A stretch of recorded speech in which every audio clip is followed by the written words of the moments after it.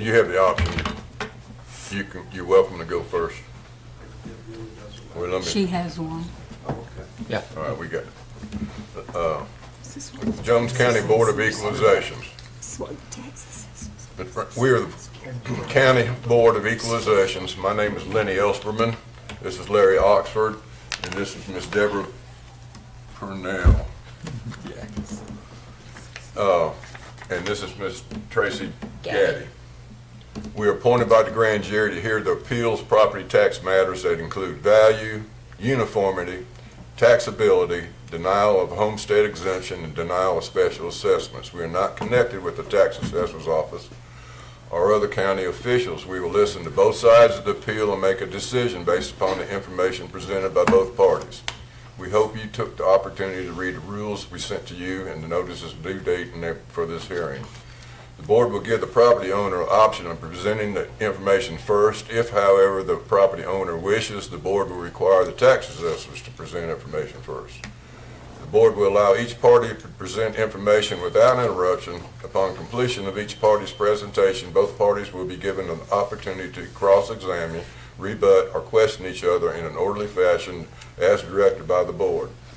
When all the information has presented, the board shall deliberate and make a decision. The deliberations shall be among only board members only, and no further input shall be allowed from the property owners or the tax assessors. Upon completion of the deliberation, the board shall make a decision. The decision shall be announced at the conclusion of the deliberation. The written and signed decision shall be delivered by hand with written receipt or certified mail to the taxpayer. The original copy of the final decision will be filed with the County Board of Tax Assessors. If either party is not satisfied with this decision, the party has a right to appeal this decision to the Superior Court of the county. Are there any questions? Any further questions? All right. So, Mr. Frank, would you like to present your information or have the tax assessors go first? I'll go ahead and proceed. Okay.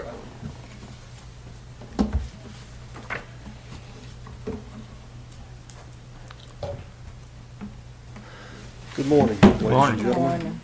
My name is Frank Horton. I'm here representing Lisa Horton on your tax roll. She's known as Blanche Elizabeth Blanks Horton. She received the 2024 annual assessment notices, and in looking at the fair market values given to her property by the Board of Assessors, we decided to look at other properties which we felt like would be comparable to the property that she owns. Now, she has approximately 473 acres, which is contiguous, and its tax assessor's office has it in 4 different parcels. Again, they are contiguous, and they're intersected by Luke Smith Road, which many of you or all of you are probably familiar with. We're here today in regards to 3 of those 4 parcels. There's a 100-acre tract, a 60-acre tract, and a 117-acre tract that we're here about today. The 100-acre tract was assessed, or fair market value was determined to be $316,246, or $3,162 per acre. The 60.15 acre tract, fair market value $190,356, or $3,164 per acre. And the 117 acre tract, $335,400, or $2,866 per acre. In looking for comparables, we looked at larger tracts because, as I say, hers as a whole is 473 acres. We looked for unimproved properties because these 3 tracts parcels are unimproved.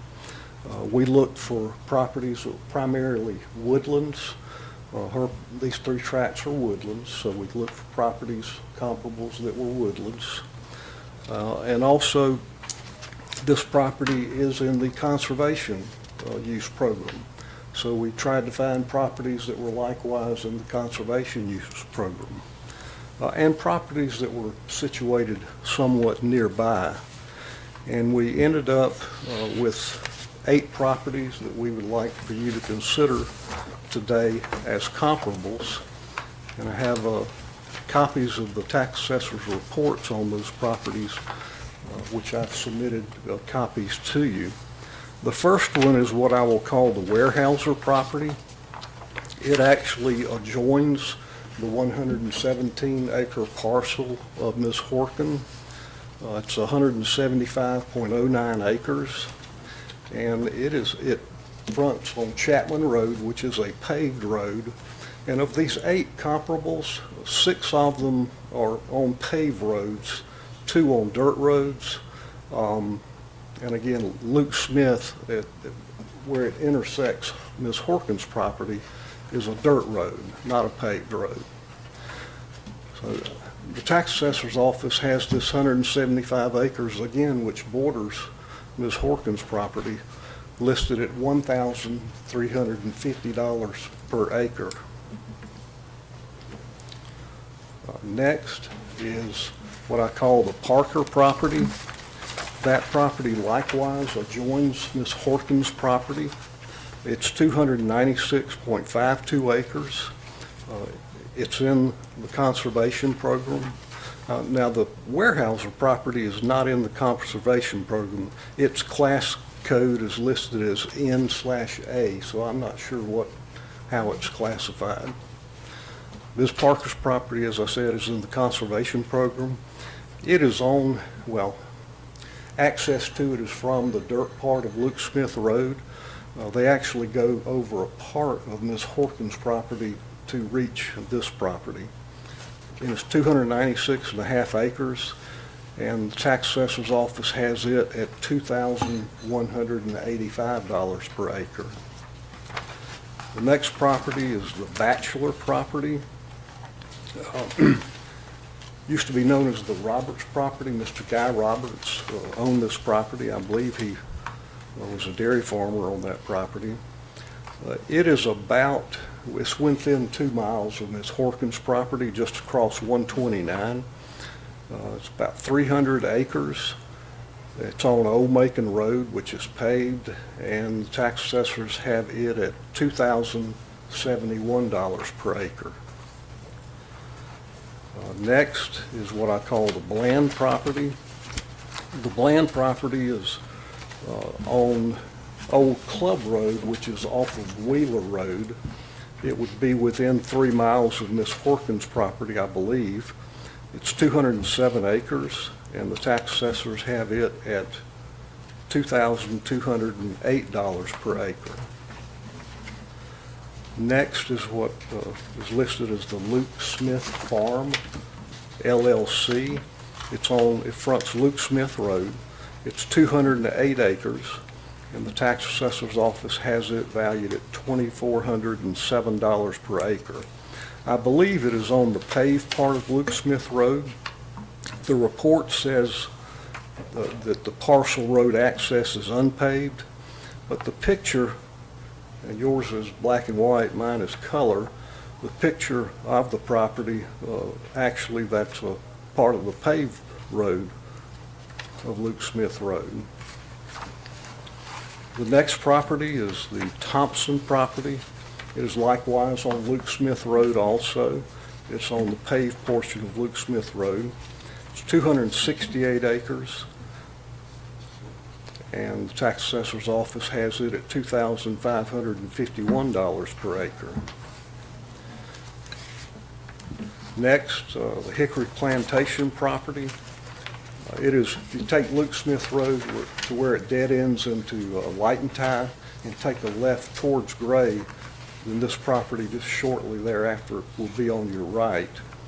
It's 226 acres. It fronts on Lightentie Road and Osborne Roberts Road, Lightentie being a paved road. Tax assessor's office has it at $2,528 per acre. And last is what I call the Herman Trust property. It's the furthest away. It's probably 3 to 4 miles, and it fronts on the Huckabee Road and the Graham Road. The reason I pulled this one also, it's 491.73 acres, and it's listed by the tax assessor's office at $2,409 per acre. Now, I took the value per acre and added them up and divided them by the acreage or the number of properties. And essentially the average value per acre of all these properties is $2,213.62. And that's the average of these 8 properties, $2,213.62. And again, these properties, they're in the conservation program except Weyerhaeuser and Hickory Plantation. Hickory Plantation is designated as agricultural. They are all unimproved properties. They are all primarily woodlands. There is a little bit of open property on most of these, but it's a very, very small percentage of the total acreage. 6 of the 8 are in the conservation use program, and the properties are, in my opinion, fairly close to Ms. Horkin's property. So we just don't understand how her property can be valued at $3,164 an acre for a high, and $2,866 for a low acreage value on these parcels. We don't understand the difference in the properties. I think there may be some argument that they have different soil values. I can understand those arguments when we're talking about cropland or orchards, things of that nature. But woodlands, I don't see that there's that much significance in that in this part of the state. So I believe I've got about 4 seconds left of my 10 minutes. So I'll sit down at this time. All right, thank you for your Excuse me. presentation, Frank. Thank y'all.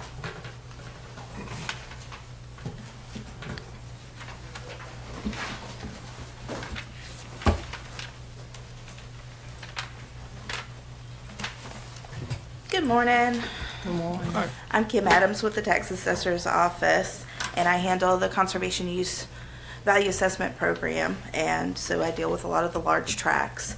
And we have these 3 in front of you today. Conservation is valued by the soil types. There are 9 different categories in both woodlands and in agricultural. They have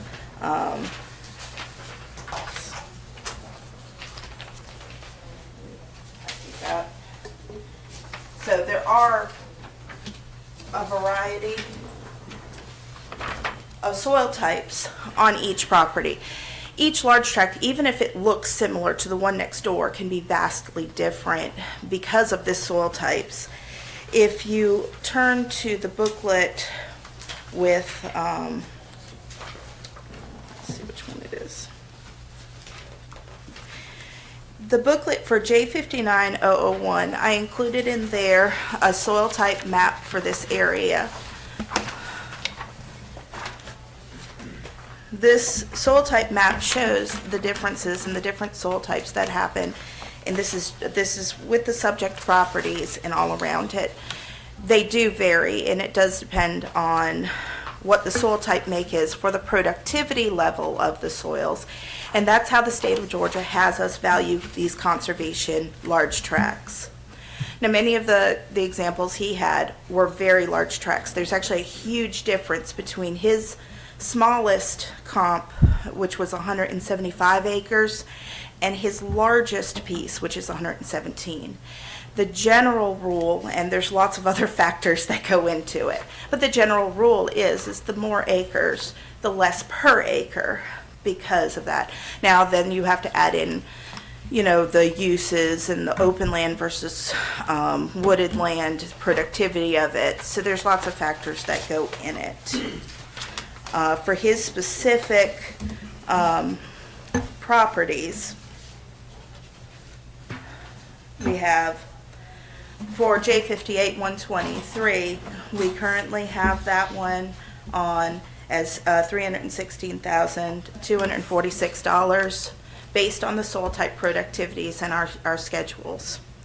So that's taken from that soil type map. We have it translated into actual acreage, and then we put it into our computers to value it. And of that, he pays on $51,773, and that is what he will pay for it, for the taxes. And the CUVA exemption is $264,473.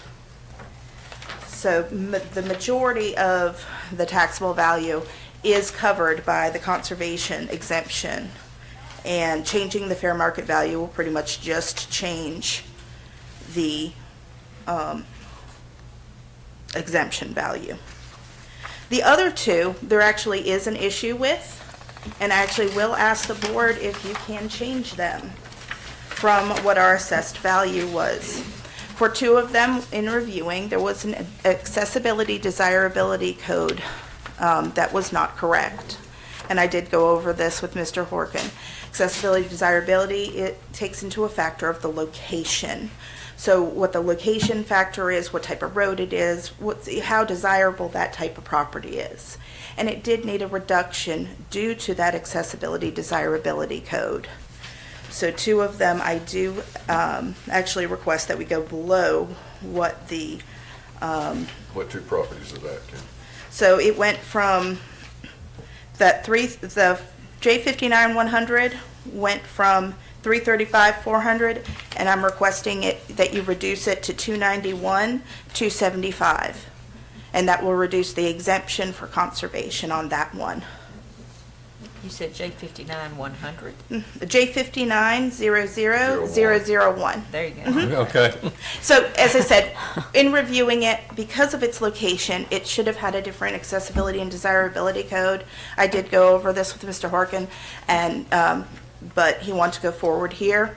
So my recommendation for that property is to reduce it. The first one was to stay the same. This second one was to reduce it.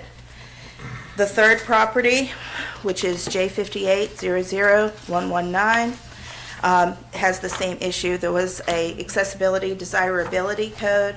Currently, it's 190,356, which is paying taxes on 28,965 for 161,391 of a CUVA exemption.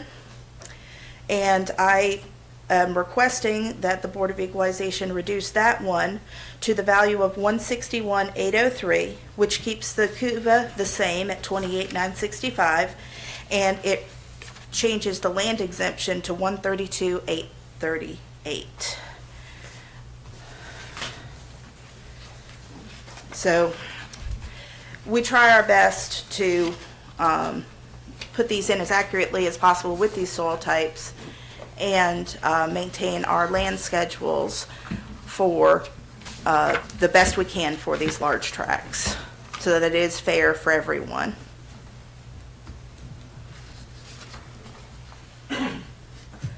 Does anyone have any questions about the CUVA? It's crazy stuff. Mr. Frank, you were aware of all these reductions in the soil types and evaluations? I met with Ms. Adams. I came to file the appeals, and I met with Ms. Adams, and she went over some of this information with me. I did not file the appeals at that time. I told her I wanted to consider that information, so I took a couple of weeks to consider it and decided to go forward with the appeal. So, yes, sir, I did consider what she has said. Okay. And I did talk to him about the accessibility desirability code as well, and I gave him those numbers back when he filed the appeals. So That's correct. I think it had to do with 60 acres and 117 acres. If we're looking at the individual parcels, which in fact they are in the tax assessor's office, they're landlocked, so to speak. The only way to get to them is over other properties of this one. and that's why we had to change them because of that. Yes. Or that you have easements to all those properties? Not on record, no, sir. They have road access through their property to those properties, but those properties' boundaries do not touch a road. So technically, they're landlocked, but he has access through his own Through his property, own. because it's just going through his property to get to the road. Correct. So we just took that into account with that reduction in value. Any further discussions anywhere? Ladies and gentlemen, I know the closing argument phase also gives us an opportunity to ask questions. I don't have any questions. I don't know if Ms. Adams does. But otherwise, I'll be willing to submit it, without any more argument. I think I've presented my case. We feel like the properties should be valued at $2,200 per acre, considering what the average is that we came up with on the 8 parcels, and the fact that we're on a dirt road and 6 of them are on paved roads. So I'll just submit it with that. I do have one more thing, and this is just one of the things we're facing with the current market, is that we're having to keep up with the market with our values. That's what we're tasked with the state. We have to stay within a specific range. And for 2023,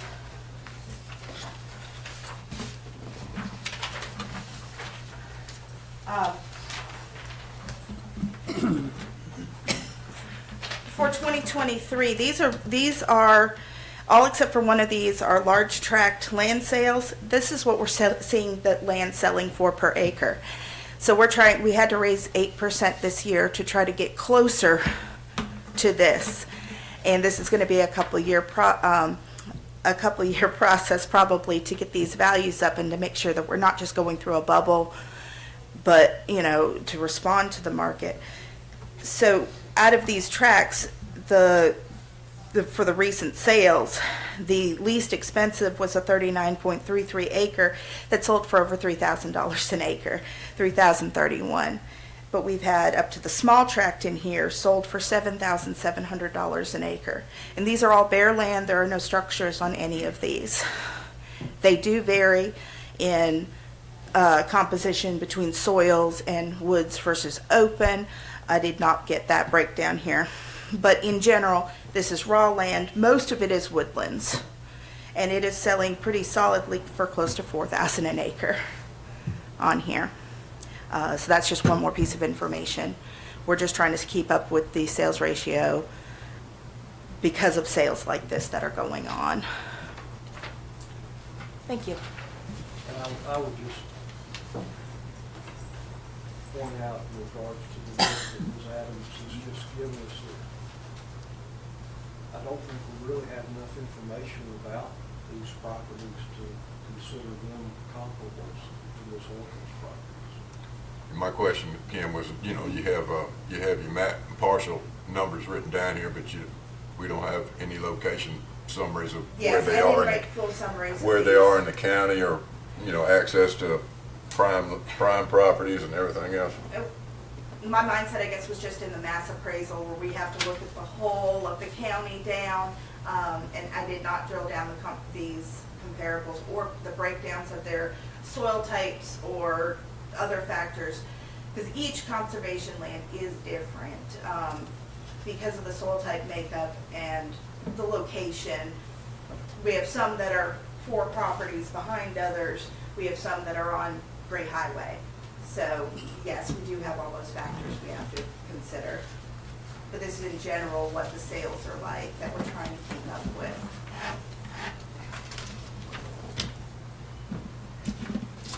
Thank you.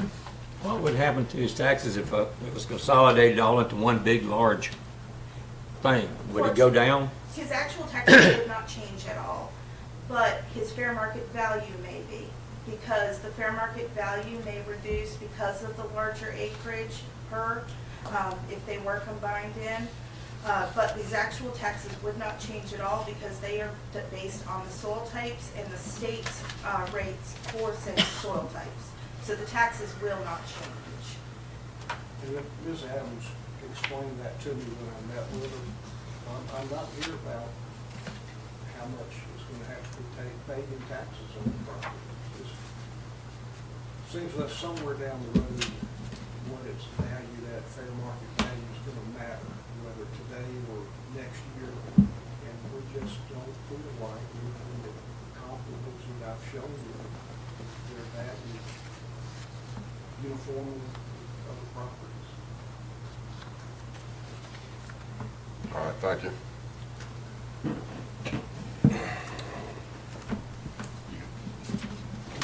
She tried to know how much she wanted to increase off these.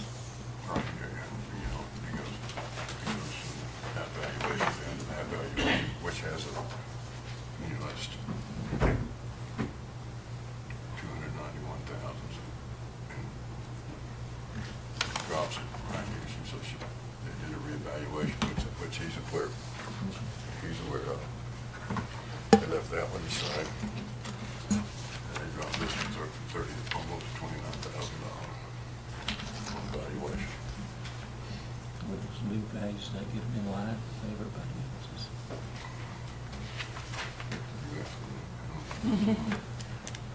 The values that you dropped it down to, does that get it in line with every other parcel that's equal to his comparatively? That would, for anyone that is land, that has the access issues to it, it does reduce the value to take that into consideration. That's why I'm proposing that reduction for the two parcels, the one from 335,400 to 291,275, and the second one from 193 for 56 to 16103. yes. 803.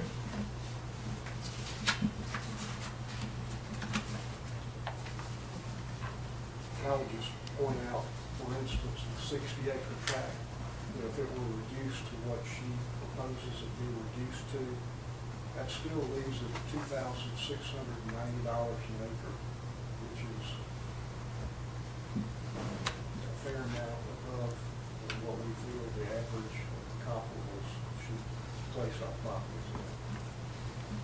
It is smaller per acre, so that does take into a factor for the fair market value. All these properties are prime location.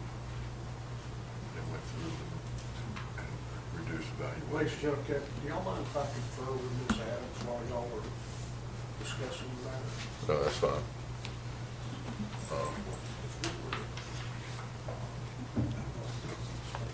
I'm just going by, you know, look at the property owner, I just go by valuations. You know, I got a large tract. Mine's at 3,256 homes an acre. All these figures, pretty much on the same, in line everybody else. And then they went through it on the reevaluation right here as far as what I understand was the soil sample. And they didn't change, what's that, the 8, The one they didn't change was this one. 96, They didn't change that one. right. J58. So, yeah. How do y'all feel about that? Probably just do what they recommend, drop the values. Yeah, with the adjustments that they already made with the other two trails. This one must be run down, because they'll probably be here, I mean, judgment, those values be dropped.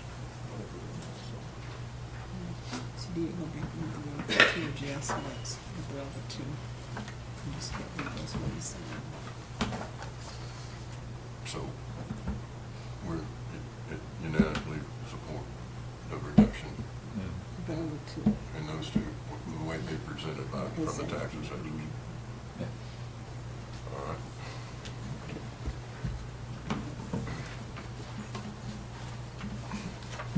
Mr. Frank, we've reached a decision, and we're going to go with the Jones County Tax Assessor's valuations as far as the three properties are concerned, based on the cost or valuation per acre after the reduction in total values. All right, sir. One question. Understand a record is made of these proceedings in case either side wishes to appeal it to Superior Court. Do y'all have that information, or do I need to provide someone else with a copy of what I tendered to you? Ms. Trudy, Ms. Trudy? that's your question.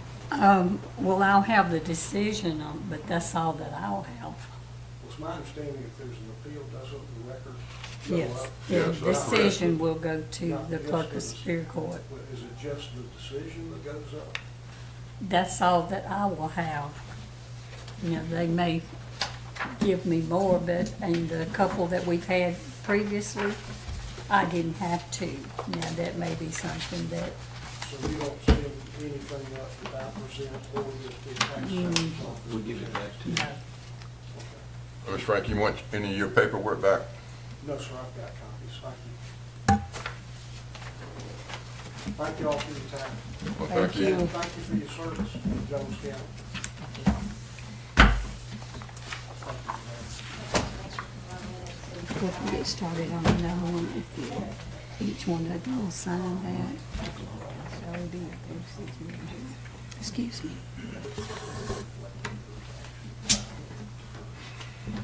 And our taxpayers return actually, it's kind of like our payment, what shields are now. It used to be a big thing, before we got into notices. For the taxpayers return, we do that.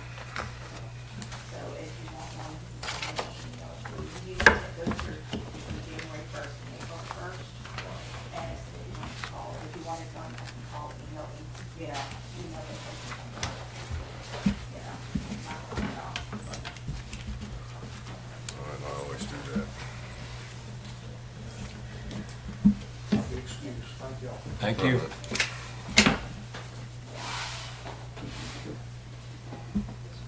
Sam Kitchens.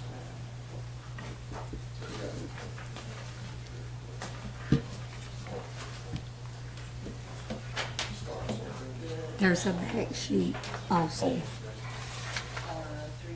That'll be the decision one. And Tommy will give me a copy of everything when we're done.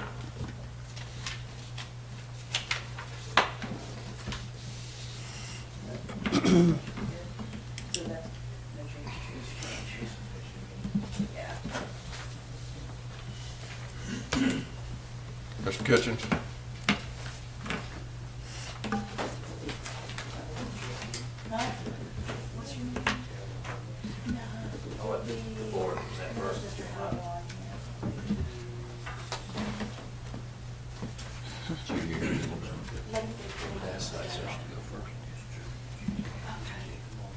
Okay, I believe she'll let, this is Mr. Howell, he's here for whenever you Yes, fill him yes. in. So- Okay. He's scheduled for 10:30, but he told you what happened. Yeah, so- So, We have all our stuff ready right now, so Okay. if you just let us know when. okay. Bill, do you want my-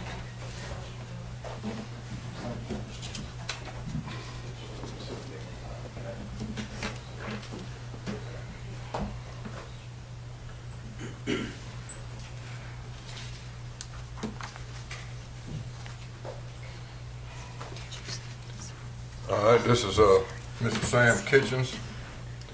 Mr. Kitchens, you wouldn't happen to have been here when we started the first hearing, wouldn't you? Did you hear the presentation that I read out as far as the Jones County Board of Equalization?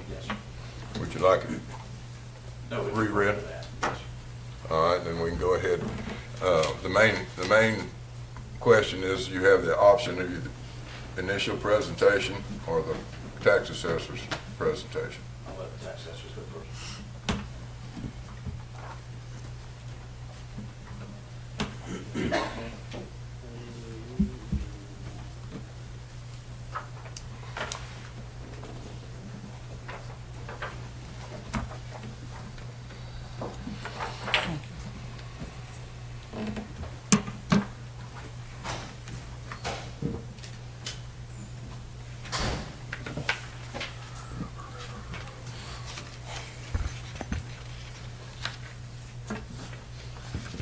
So on the front page, this is just a breakdown of Mr. Kitchen's house. It tells you the land value, improvement value, and accessory value. All of the appeals that I present today will be set up the same way. But Mr. Kitchen's house is located at 3287 Upper River Road. This is just a single family house on 3.5 acres that we have valued at $282,000.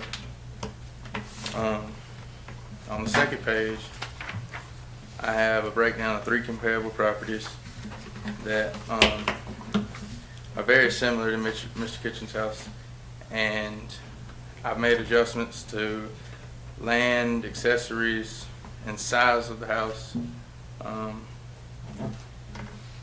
to make it where if one of these houses were the exact same as Mr. Kitchen's, the number at the bottom where it says final value plus land is what it would sell for if it was the exact same as Mr. Kitchen's house. And I make these adjustments based on the price that they sold for. So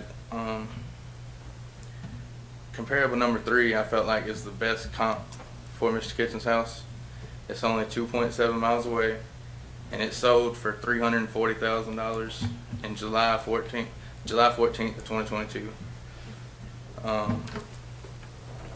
And once you adjust for the land value from the 3.59 to 5.87, the difference in value was $28,134.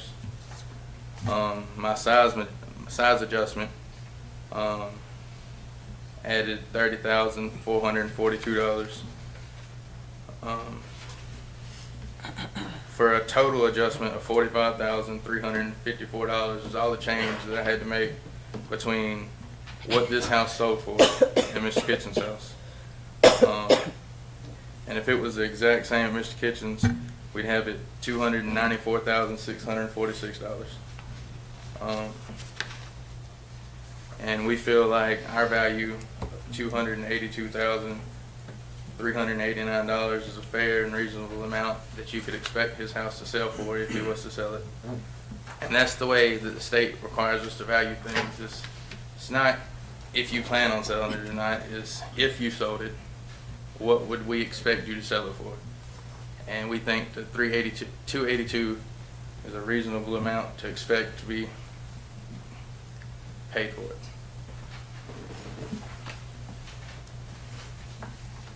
Do y'all have any questions about my comparables? I don't have any questions.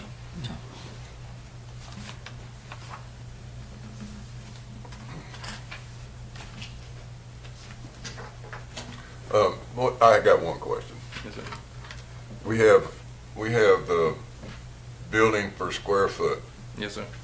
and I understand that has significantly increased over the county Yes, sir. because of the tax board decision to increase the rate per class. Yes, sir. Is that right? Yes, sir. So the biggest reason people's values went up this year is because last year the state told us our values were too low.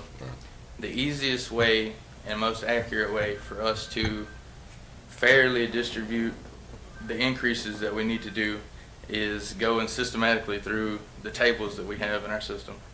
And we changed the base price per square foot in our system from $47 a square foot to $60 a square foot.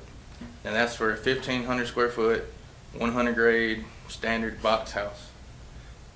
If it's bigger, if it's better quality, and depreciation, I'll factor into how you come up with a final price per square foot.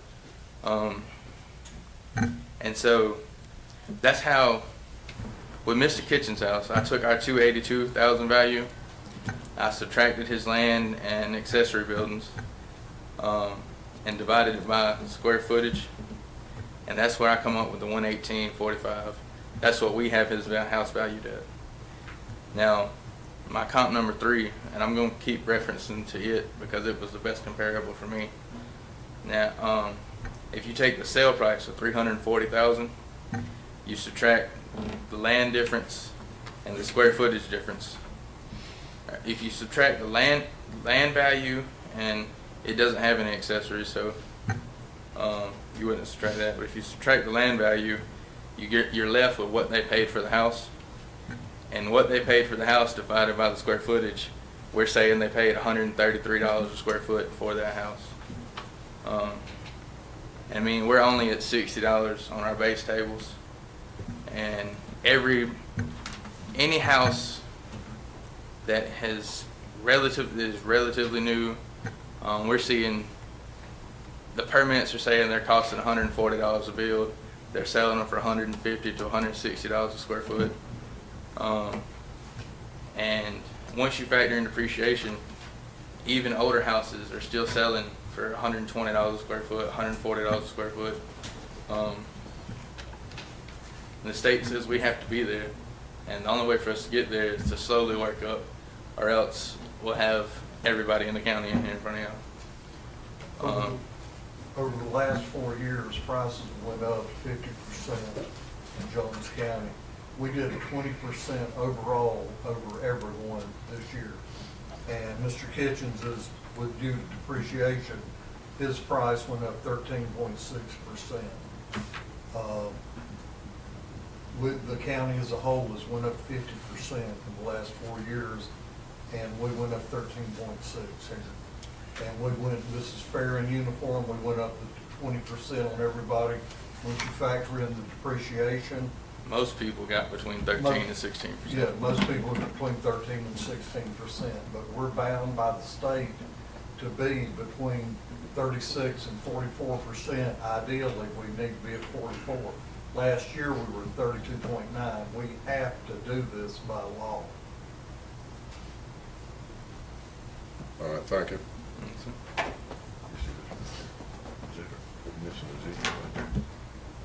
I would think so. Huh? I would think so. Mr. Kitchens?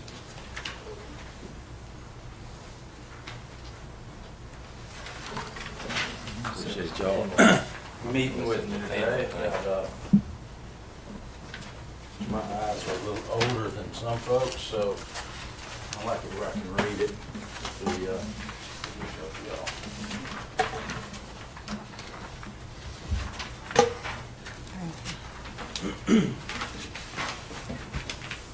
Thank you again for this hearing this morning. Sam Kitchens, 3287 Upper River Road.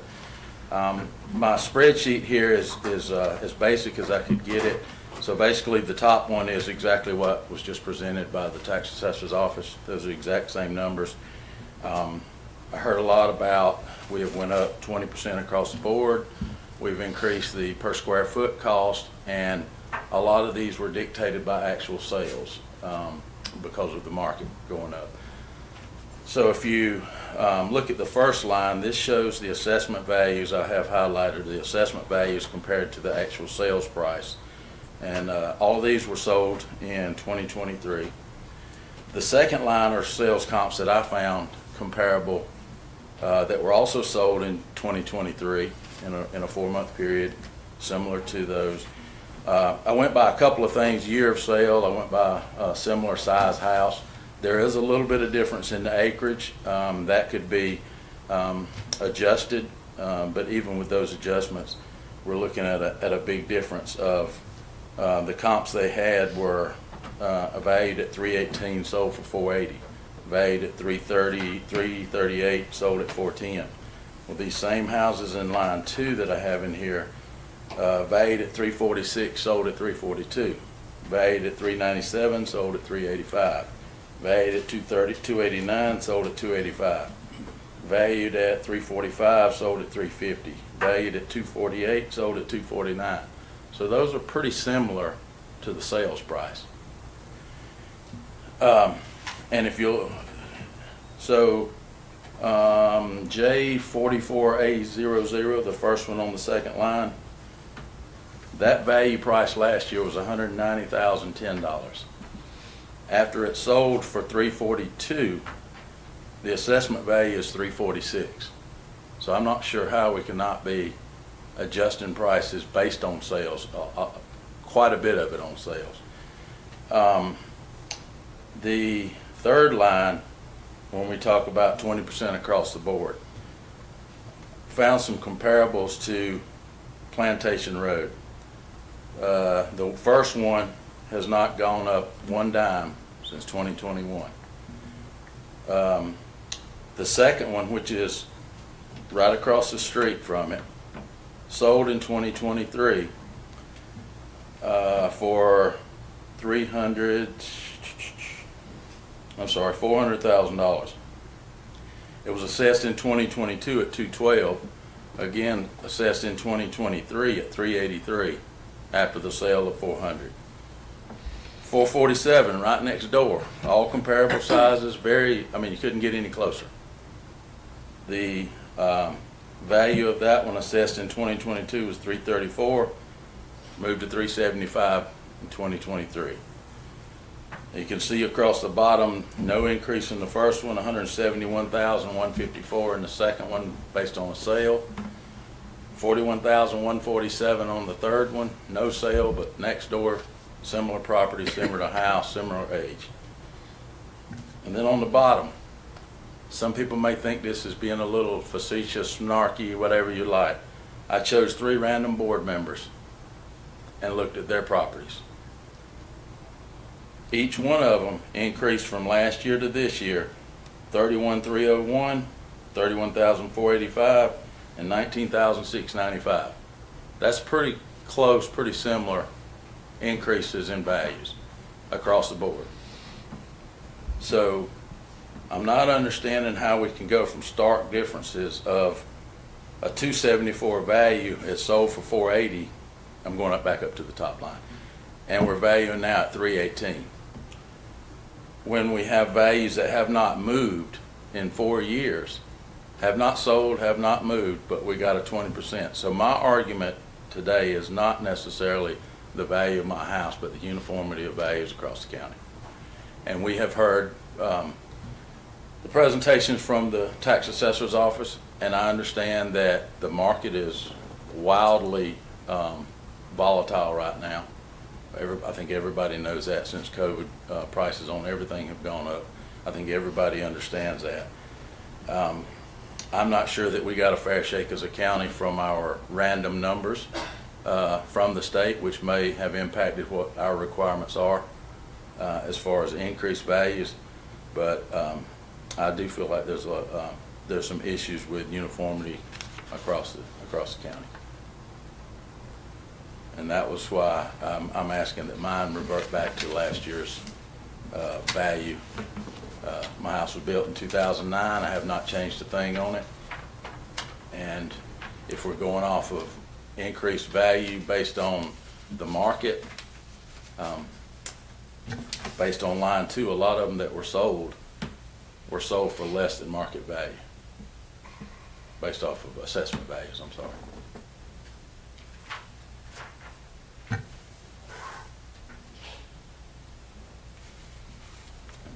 On the board's presentation, as far as the comparables, I just gotta know, we have the sale date and the price of 8/22, August of 2008. Is that valuation correct? The purchase price? I'm sorry, on Where? the second line. On Mr. Kitchen's property, Yes, on sir. your comparables, Yes, sir. the sale date and the price. Yes, sir.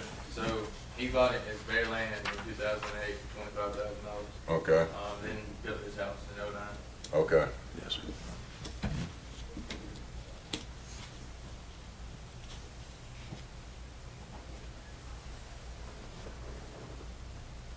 And if you'll look at the last one on sales comps from taxpayer, the second row there, the very last column that kind of stands out, same thing, that house was built in 2023. So in 2022, there was no value on it. That's actual value that was placed on it the year it sold.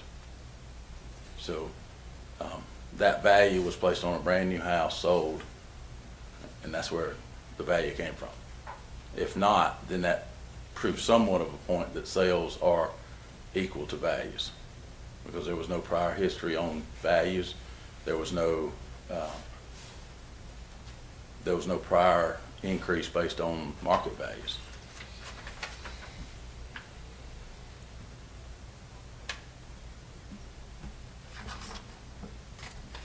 Anybody got any questions?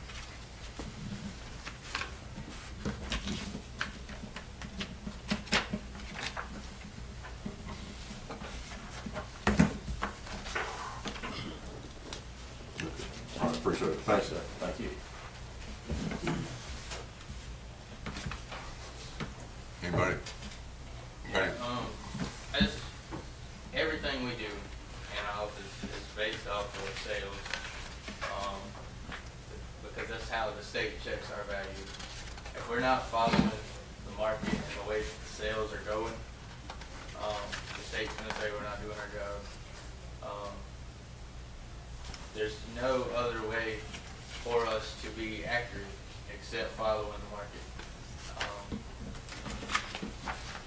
So, I mean, we have to follow the sales as close as possible. There's three approaches to value. The cost approach, sales approach, or the sales approach, the cost to build approach, on commercial properties, the income approach. We have to look at what things are selling for to determine values. When the market has went up like it has 50%, we have to go up. We're bound by the state to be between 36 and 44%. Last year, we were at 32.9. We did a 20% increase because this market isn't going to last. It's going to go back down. We didn't try and go up 50%, the market did. But we have to go up incrementally or the county's going to start getting penalized a lot of things. We did a modest increase of 20% across the board that was fair and uniform, which is what we're bound by law to do. We didn't try and hit everybody at what everything has went up, but we did what we felt was a modest increase to try and get more in line. And we didn't single anyone out. It's across the board. When you say 20% increase, you talking about the total evaluation or just on the? Oh, well, we So went on from our 47. tables, our 47 to 60, it comes up to roughly a 20% increase. But then by the time you factor in depreciation and all the other factors, people only actually got a 13 to a 16% increase. But we did do a 20% adjustment on our tables. Right. What did his taxes increase percentage-wise? 13.6%. So that, you shoot for 20, but his only went up 13? Well, Everybody. you do it, By when you do 20%, valuation. The valuation. if a house is 20 years old, it's got a certain amount of Tax rate. depreciation. If it's Don't 40 bring up years old, it's got a taxes. certain depreciation. So that's why everybody's didn't jump up the exact 20%. You know what I'm saying? Because you have to factor in the depreciation. Newer houses, they were probably 17, 18% increase, because they don't have the depreciation. So his value increased 13 some odd. 13.6%. Just like everybody else. All right. Go ahead, this figure right here, you gotta throw out. Yeah, I see that. Huh? I saw, yeah. Okay, because that's bare property. All right, so if you go back, the only thing you have to go on is county assessment, evaluation, and the comps. Yeah. You don't have anything else to go on. All right. You agree?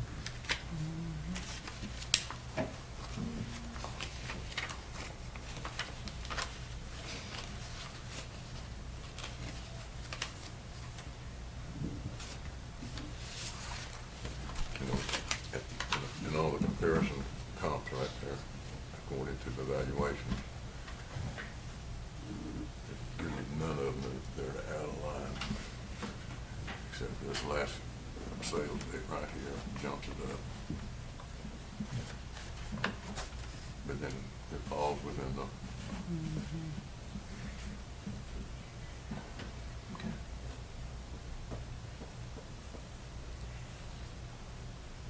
So, change in the valuation as far as presented by the tax assessor. Is that true?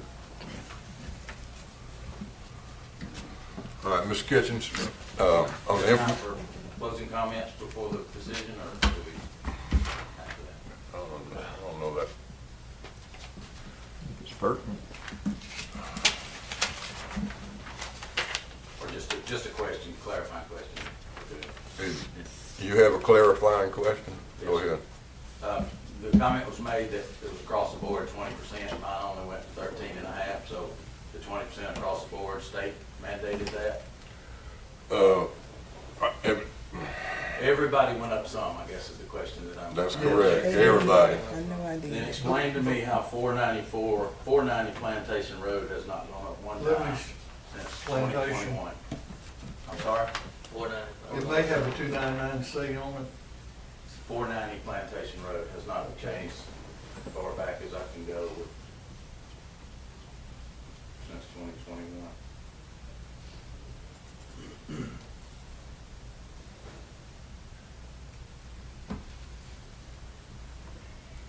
I'm thinking, I'll send somebody out to find it. I don't know. As an override. There's an override on the value. What does that mean? And we needed to make an adjustment that we couldn't get our cost system to make the correct adjustment that we wanted it to make. So we had to put the value that we thought it was actually worth in there, without doing the cost system. It's like, especially when there's appeals or something, we come to BOE, sometimes the value that we land on, there's not a way for us to put it into the computer without putting an override on it. And it's just the way we can type in that value. And if we forget to take it off, or, a lot of times you forget to take it off because when you come to the Board of Equalization, you get the 299C, which locks your value in for that year and the next 2 years. And if you don't remember to go back and take it off when that 299C comes off, it doesn't come off until it's noticed. But that's the easiest way to explain it, is values that are But we increased our charts, or whatever formulas, or whatever you said, to 40 this year, so that everybody made a move somewhere. How did this one not get in those charts, and how did it not get, and if there's an override, that override has been on there since 2021. That's And That's it should my- have come off That's this a- year, because that would have been the 3-year for the 299C. And the reason it didn't change is because if you look at it, our actual value, you go back to it. Our actual value, I think, should be the 214-ish. I think that's what it was. So it did get that increase, but being as it had the override on it, our override value from whatever it's from overrides it. So where it stays whatever it was when it was set, it didn't get that increase like it should have because we missed taking the override off. 490.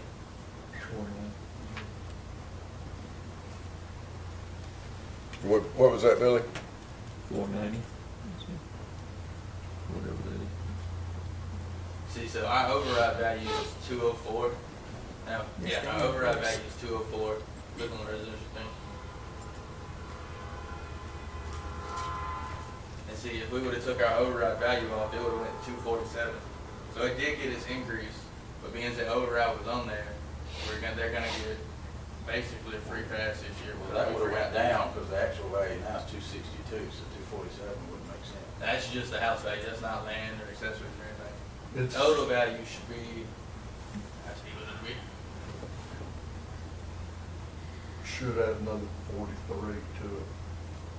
247, 603, plus the land value of 36,433, plus accessory value of 22,042. It would be, if our override wasn't on there, it would be at 306, instead of 262, so it would've got increased if we didn't forget to take that override off.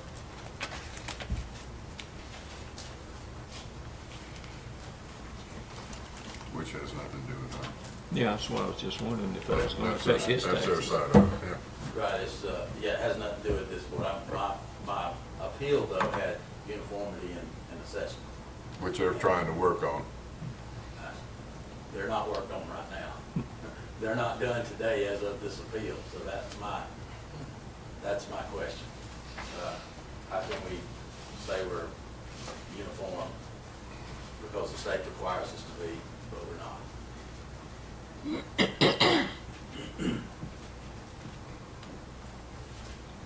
All right, so as far as Mr. Kitchen's evaluations and argument as presented by the tax assessors, and, do you have any changes to? No, Stay the same, Huh? stay the same.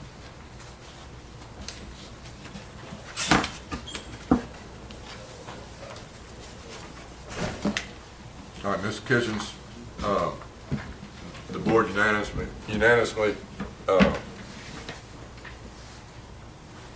accepts the Jones County tax assessor's valuation as far as the property in question. The final estimated value of $282,389.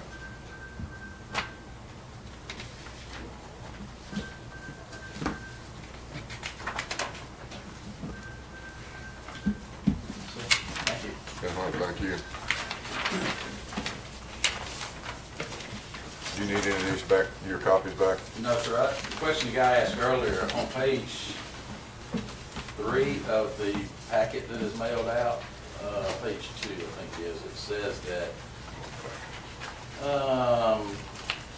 all evidence presented will become part of the appeal record and retained by the Board of Equalization in the event that it goes on to the Superior Court.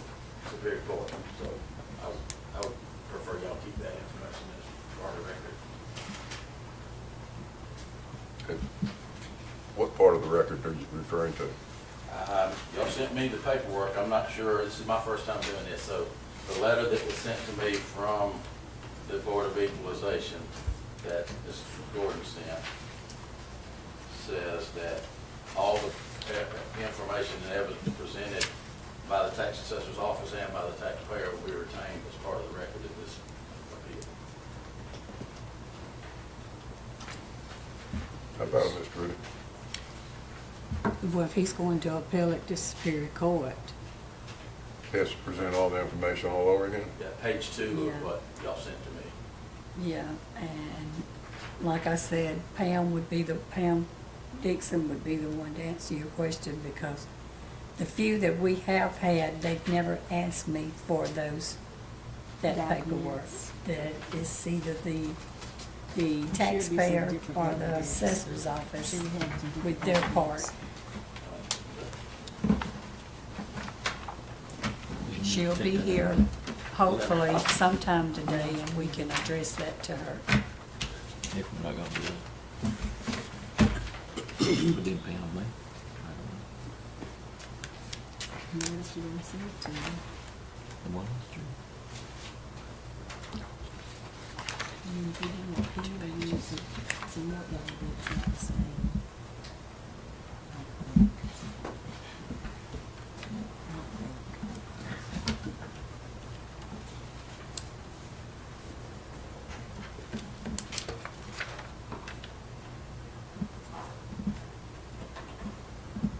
Never seen a letter that they would send out. I haven't either.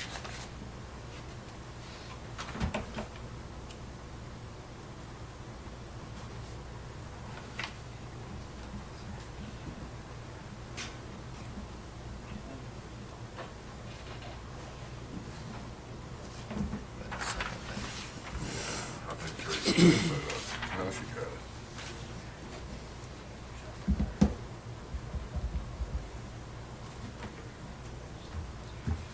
So why would they move to 20? They won't. And then I guess that means you called and let them know.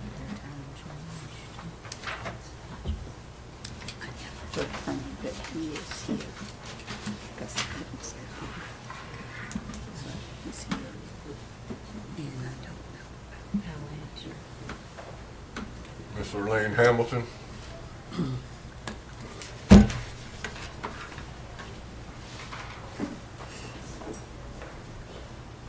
Miss Arlene, were you here in the press? Okay, let me read this out to you. Greetings.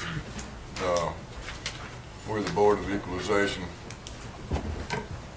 My name's Lenny Elsperman, Mr. Larry Oxford, Mr. Tracy Gaddy, and Ms. Deborah Pennell.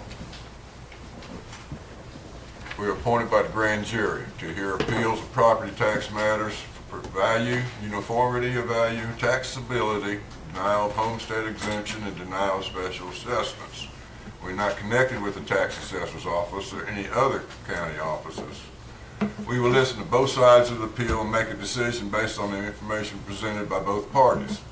We hope you had the opportunity to read the rules and regulations that were sent to you in the notice date and the time of the hearing. The board will give the property owner the option to present information first. If however, the property owner wishes, the board will require the tax assessor to present information first. The board will allow each party to present information without interruption. Upon completion of each party's presentation, both parties will be given the opportunity to cross-examine, rebut, or question each other in an orderly fashion as directed by the board. When all information has been presented, the board shall deliberate and make a decision. The deliberation shall be among only the board members, and no further input shall be allowed from the property owners or the tax assessors. Upon completion of the deliberations, the board shall make a decision. The decision shall be announced at the conclusion of our deliberations, and the written and signed decision shall be delivered by hand with a written receipt or certified mail to the taxpayer. The original copy of the final decision will be filed with the County Board of Tax Assessors. If either party is not satisfied with this decision, that party has a right to appeal this decision to the Superior Court of the county. Are there any further questions? All right, would you like to make your presentation first, or have the tax assessor make your presentation? Actually, I'd like to go first because what I have to say fits with the conversations that I've heard with the previous speakers. Okay. That's all right. That's fine. And I actually have a confession to make to begin with. When I filed the appeals, it was not with the intention of bringing comparables to y'all. It was with the intention of having the opportunity to make a request to you.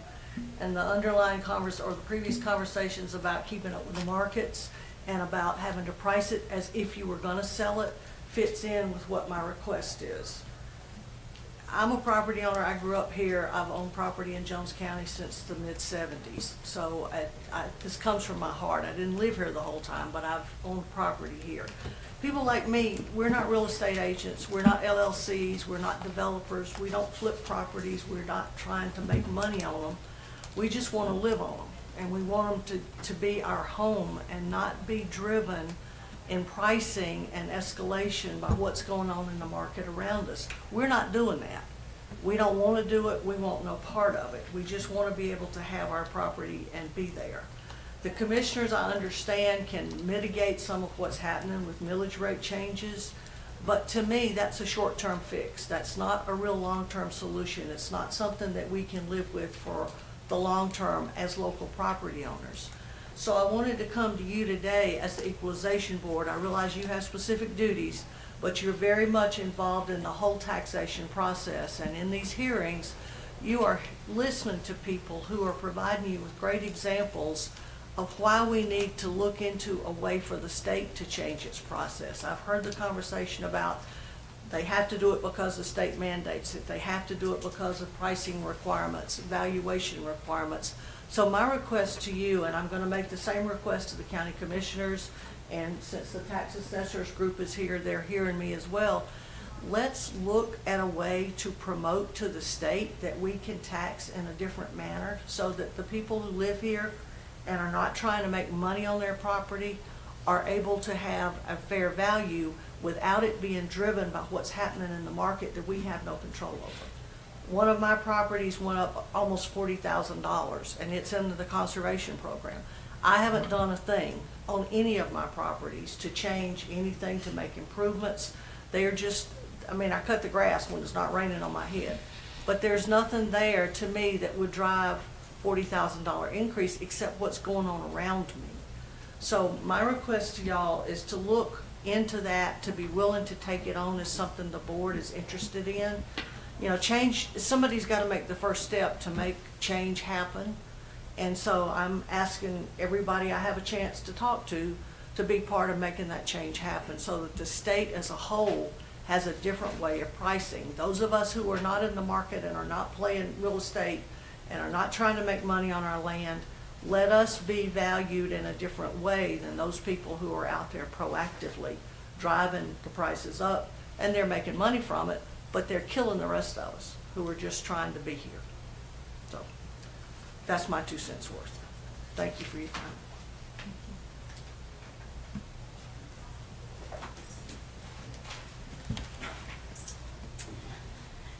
Hello, I'm going to be talking about just the land portion, then I'll turn it over to the gentleman for the structures.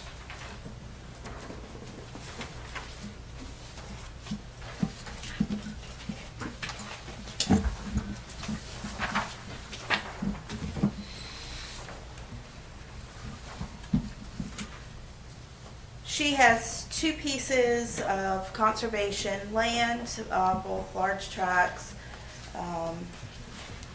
in there. And one is 36.31. As you see with the soil type map in there, we look at the soil types for it, for the productivity, and then this one is J2600022A.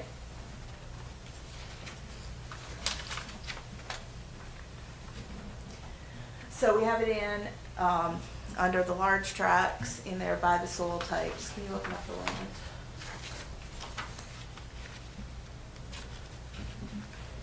So for this one, this is mostly a wooded piece of property. So it has it mostly valued as woodlands for this particular one. Close that, please. So we have the total value of $126,659 based on the soil type valuation. The conservation value on this is $21,264, and the CUVA exemption is $105,395. So that is what the taxes are based on. The other one, J2600. No problem. While it went up, the overall value went from 115 to 126, or it went from 115 to 126, but the amount you're actually paying taxes on only went up roughly $1,000. Yeah, it went from 280 to 21,254. Conservation, the amount that they pay the taxes on does have a 3% change every year per the state. Those numbers are directly from the state legislature, so that increase is directly from the state legislature. The fair market value we did have to change because we had to make an adjustment to our large large acre tracts because of the way the sales are going, to get closer to the market value, because that's what we do have to do, is stay closer to the market value. It shows a big jump, but in actuality, what you're paying taxes on really didn't go up that much. It was a 3% increase per, everyone does it every year for the 3% In the change. CUVA thing, it can only go up 3% a year. You understand that, CUVA automatically goes up 3%. Mhm, yeah. It can go up, it doesn't always go up, it can't go over 3%. Yeah. And the state is the one that sets those numbers for every property in conservation in the state of Georgia. And then the other property is J2600021. It is a 78.65 acre property. Having trouble. That's just a single page there. And to bring up the last year's. And the same thing here is the land value went up because of the change to the large tract sale and the changes to those larger tracts. But the conservation itself, it went from 47,825 last year for the conservation value to 49,259. So the land, even though the CUVA exemption went from 234 to 254. The actual amount you're paying taxes on went up $1,434. And I'll turn it over to the gentleman for the structures.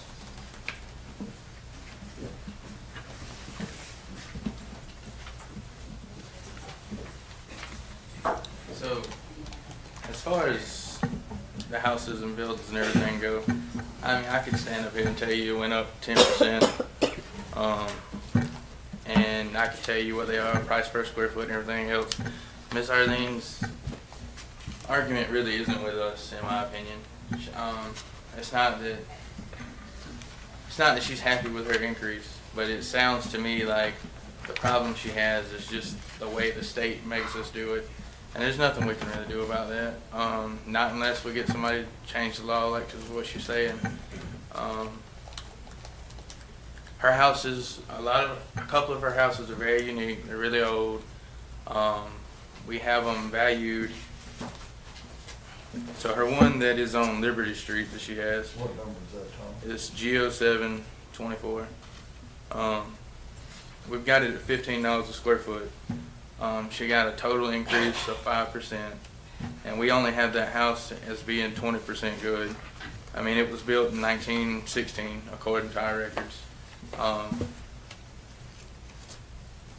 And one thing that I will support her argument is what is the best way to value a house built in 1916 when most houses now are built at the earliest 1950, 1960. There's not a whole lot of 1916 houses left. So I do understand her argument.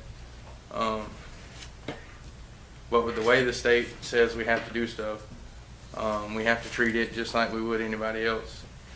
And with it being depreciated out 80% is why it's only at $15 a square foot.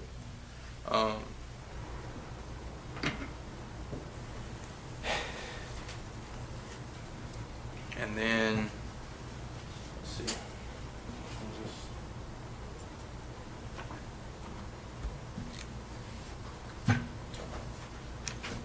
And then her parcel at J38037.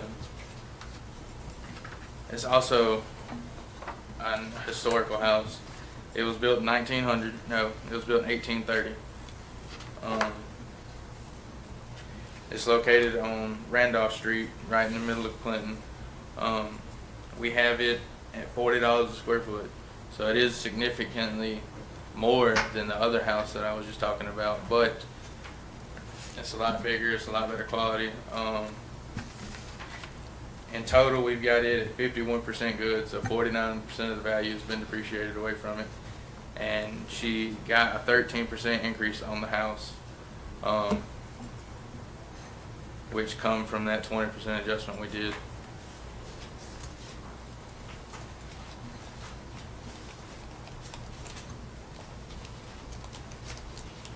And then J2626. This one is actually a modular home.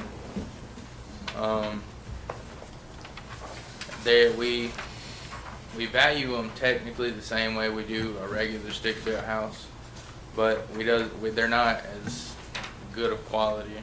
At least that's historically how it has been. We've got this one valued at $62.52 a square foot, and it got a 12% increase overall.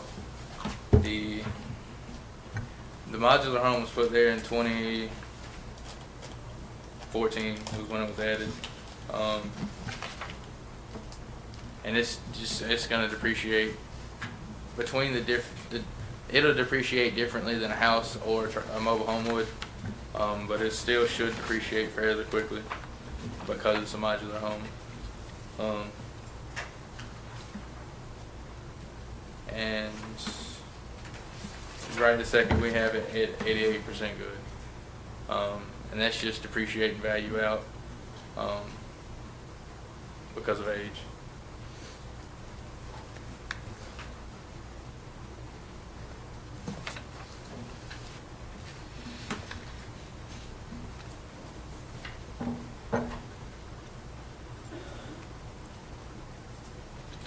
Mr. Lynn, you have anything to say about the assessors? I would just confirm what Mr. Crosby said, which is my quarrel is not with the tax assessors directly, it's with the situation that we find ourselves in. And so I do think somebody's got to take the initiative somewhere along the way. And yes, it's a state problem, but if nobody ever says to the state it's a problem, then nothing's going to ever change. The other thing I would share is the modular home has actually been there a lot longer than 2014. Yes, It ma'am. was labeled as something else previously, so it's older than that.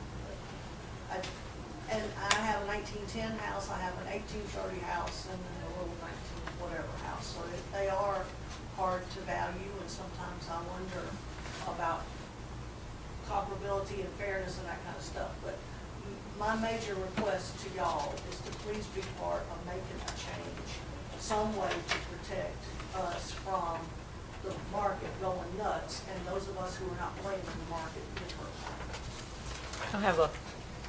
Have you talked to any of your representatives, No, they- congressmen, senators? Sorry, I decided to start this process the way the process works. So I'm gonna work my way through the process so I can say, I appealed, I went to the Board of Gotcha. Equalization, I'm gonna go to the Commission Board and say, I've done these steps, and then I plan to go to our representatives and our senator and say, this is me, I'm the example, and this is what I'm asking for y'all to take forward. I agree with you. Big thing, I'm not trying to like go against you, or anything. The big thing the state's gonna say is, well, how do we differentiate between people that are trying to make a profit off their property and people that aren't? And I know a lot of things like family property and stuff, that just doesn't sell, and they're not trying to make a profit off the family property, which is, I understand 100% what you're saying. That's what the state's gonna ask us, how do we tell the difference? And that's why you need a groundswell to come with some suggestions, because if we're not trying to sell it, we're not trying to make money on it, we're just living.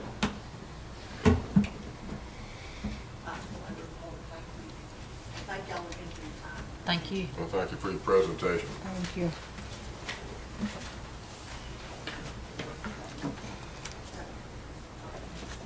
So she's not appealing it. No, she appeals. She has a valuation written down, $115,000 some odd dollars. We need to act on it.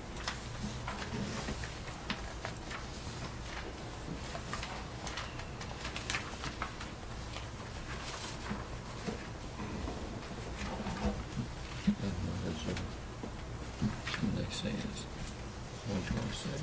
Yeah, that's on the 126. I'm familiar with all three of the properties.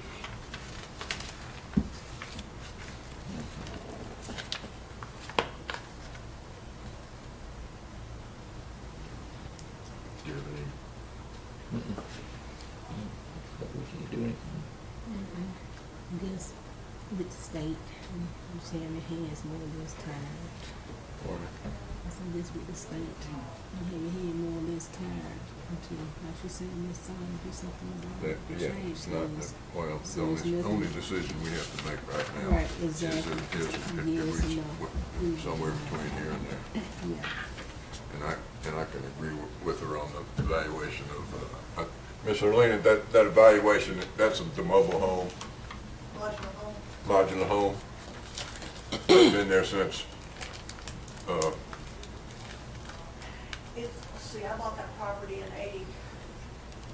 Broadnax used to live, the Broadnax used to live there. Is that, no, it's the one closer to the highway. Closer It's to- when I moved it in, I bought the land and then I moved it in, the modular home. Oh, okay. Onto the land. all right, So it's later than 87, probably somewhere between 87 and 1990. I moved that in there. So Wausau home, back from the days when we had Wausau trailers, modular homes. And you know about old Clinton Moore days and the houses that she put up there, and the house that she has out on 129 on Today West, both of them are on historic sites, on the historic registers.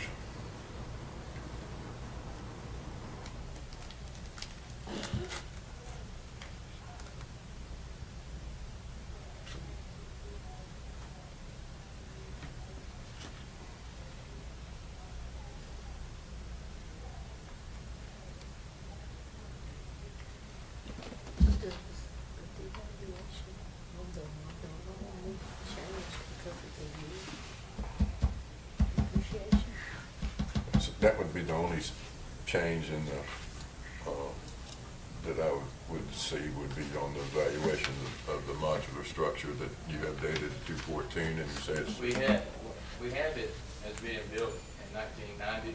We didn't add it until 2014. Oh, It wasn't on the digest. We didn't. Imagine that. I think we had it as something else. We had it as a double wide. Yeah, we had it as double wide, and we changed it to a modular home in 2014. But it's in there right. It's in there as the right date and all that. It's got the depreciation and all that. so depreciation's right on it. Yes. Okay, that was my question. So it's depreciated from 1990 and not 2014? Yes, right. Yeah, we changed it. I should have said it differently. But if it was a 2014, we have it depreciated to 88%. If it was 2014, it'd be like 96, 95, somewhere in there.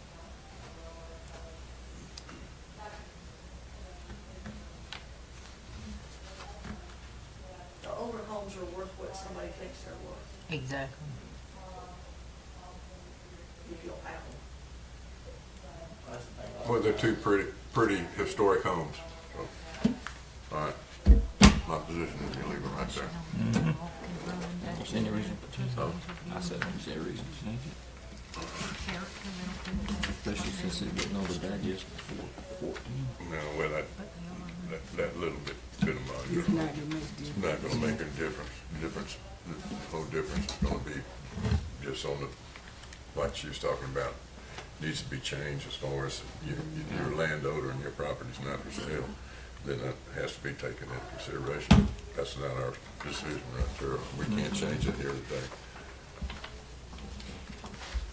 Debbie, you good with this? All right, Ms. Hamilton, according to our decision, we're going to make no changes to the total valuation of $126,659 and leave the Jones County Tax Assessor's valuation intact. And good luck on getting the movement going to change the tax I want system. y'all to be part of it. That was a very sincere request. Thank you.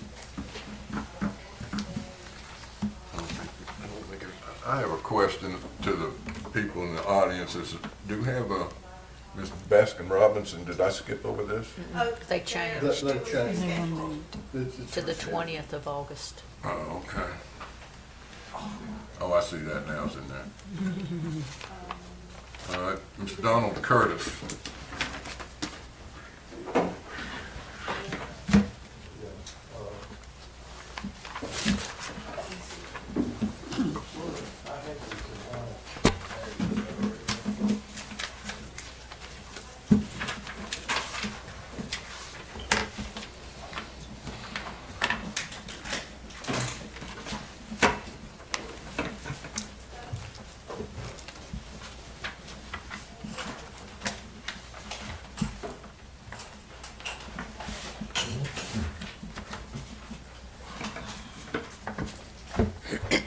Thank you so very much.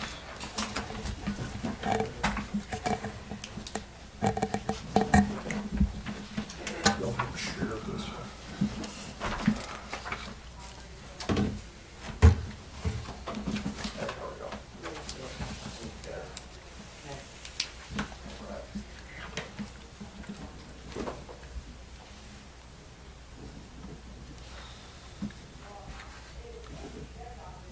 Mr. Curtis, I'm required to read this instructions out as far as the Board of Equalization.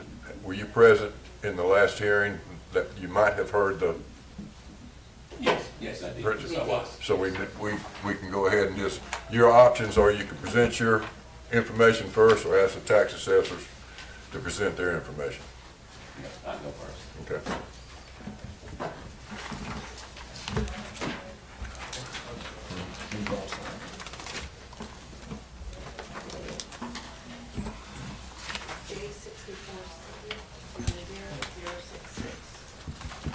Good morning. Good morning.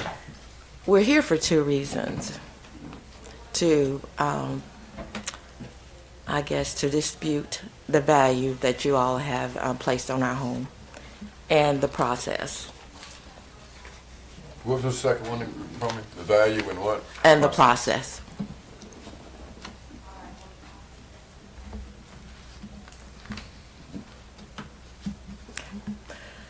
We'd like to start out with the value of our home. We understand that we have to pay taxes to maintain operations, maintenance, all of those things. And we're not here to say that we are not willing to pay taxes. From our observation in our neighborhood in which we live in, our tax-paying dollars have not been used. The value of our home is also determined by the misuse or the not using of our taxpayers to maintain our neighborhood and to promote the growth. We have, that house has been there since 1993, and there have not been any improvements, sidewalks, or anything done in the neighborhood to help improve it. And we've gotten pictures to show you also of just some of the things that have not been done. Also, we have owned another house across the street, and this has not been that long ago. We had to sell it due to the process of maintenance costs and other financial issues. A lot of things have been brought up. I hope you all realize that we are in inflationary times. And I assume that's why the state is also increasing our taxes because of inflation and the cost for them to maintain all of the things that they're needing to. We need to consider not just the state's cost. You need to consider the citizens of this county. Also, one of the issues we want to bring up is that it's the property value. Is that it increased from last year from 113 up to like 131, almost $18,000 increase.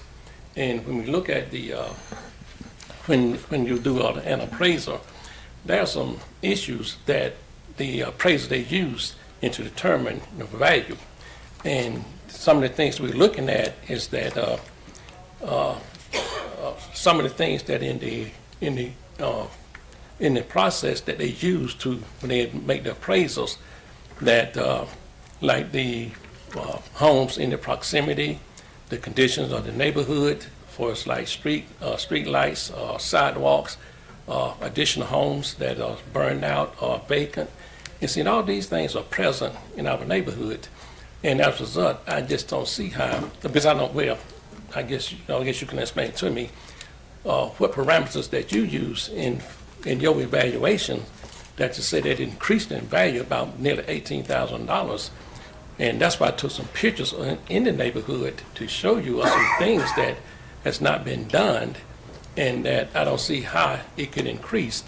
And then I had another home, like my wife just said, that we sold, and according to your fair market value, that it was $80,000, but when I sold the home, I could only get 65 for it.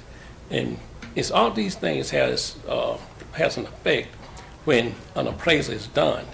And so I just bought some pictures here because I want to just, if you want to see them, that I want you to understand that the way the neighborhood looks, and I know if I try to sell my home, I'm not going to be able to get it to appraise for $131,000.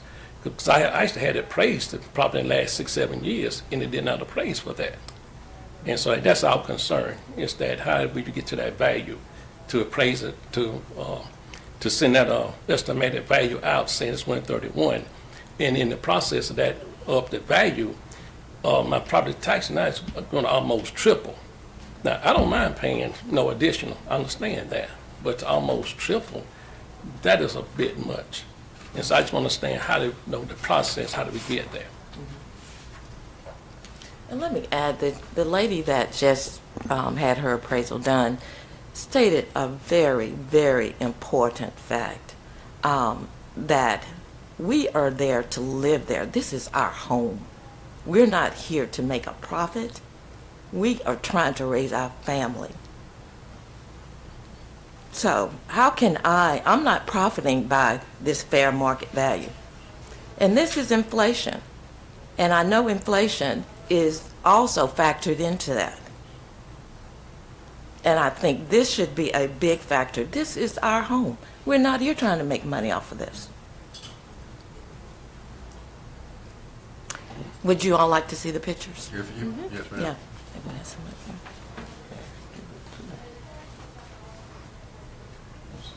Just start down there. I can explain something to you if you. Have any questions about any of them? So on that first picture there, what it showed there, that there's two things going on there. There's no sidewalks in our community. And then right in front of my house, if the appraiser going to do an appraisal, the first thing you're going to notice that is that even what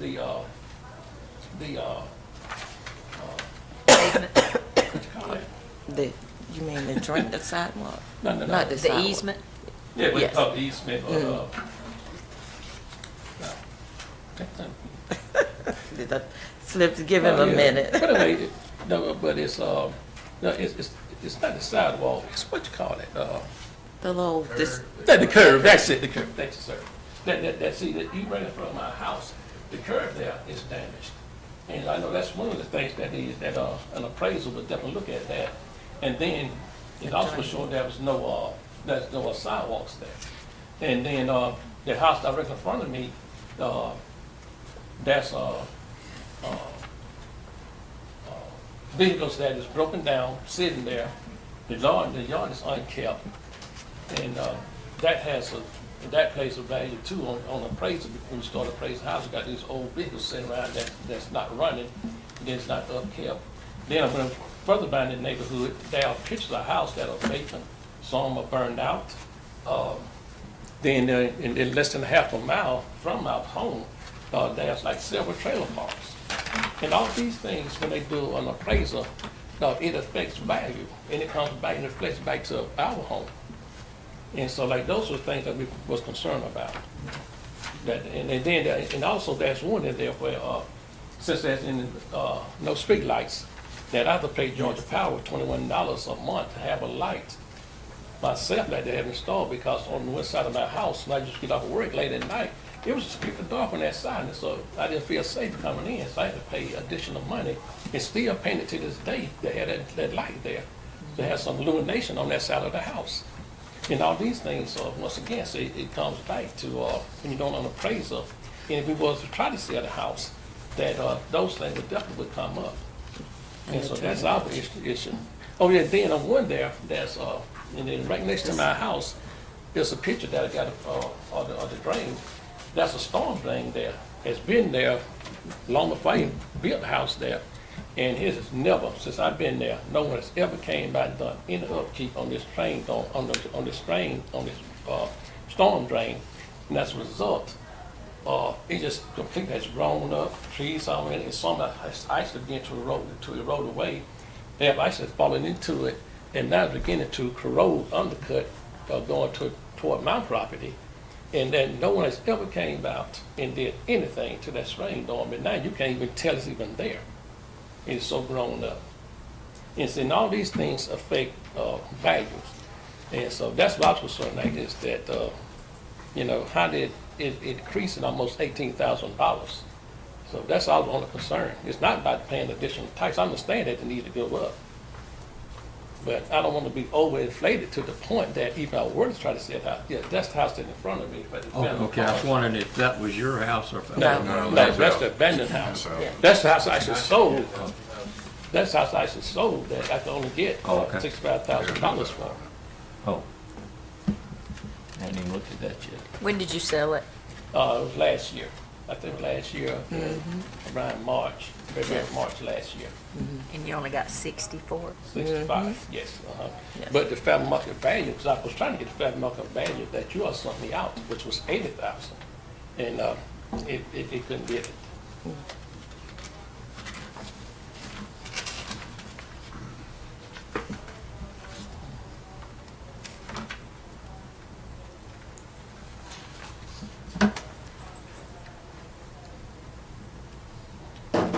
Mr. Curtis, have you ever picked up the telephone? I'm not familiar with the geographic location. Is this over on the, Off Joy Cliff Road? Joy Cliff, yes. Off Joy Cliff? Joy Cliff and Confederate, yes. okay, On the all corner right. of Joy Cliff.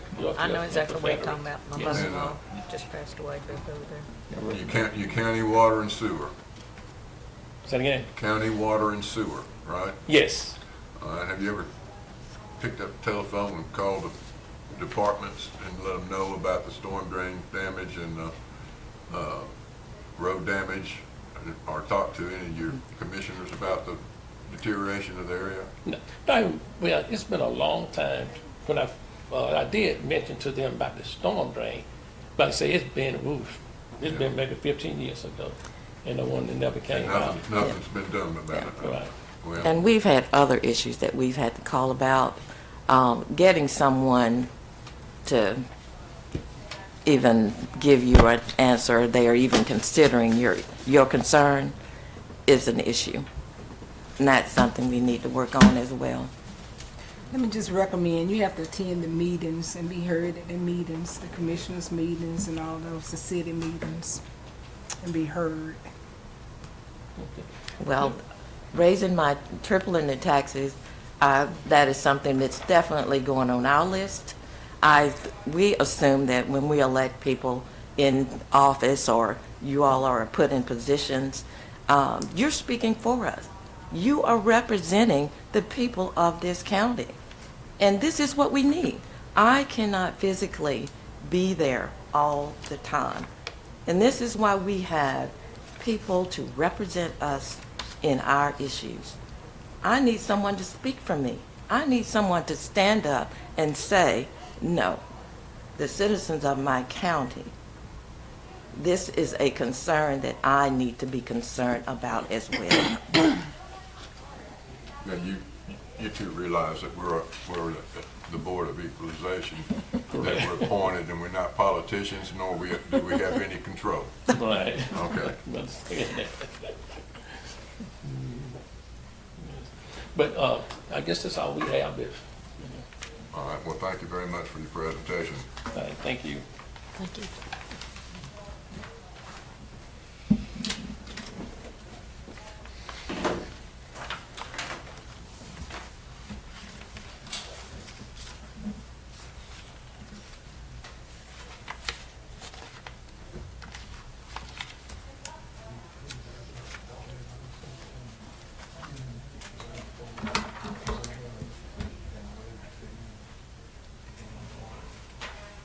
It's 35,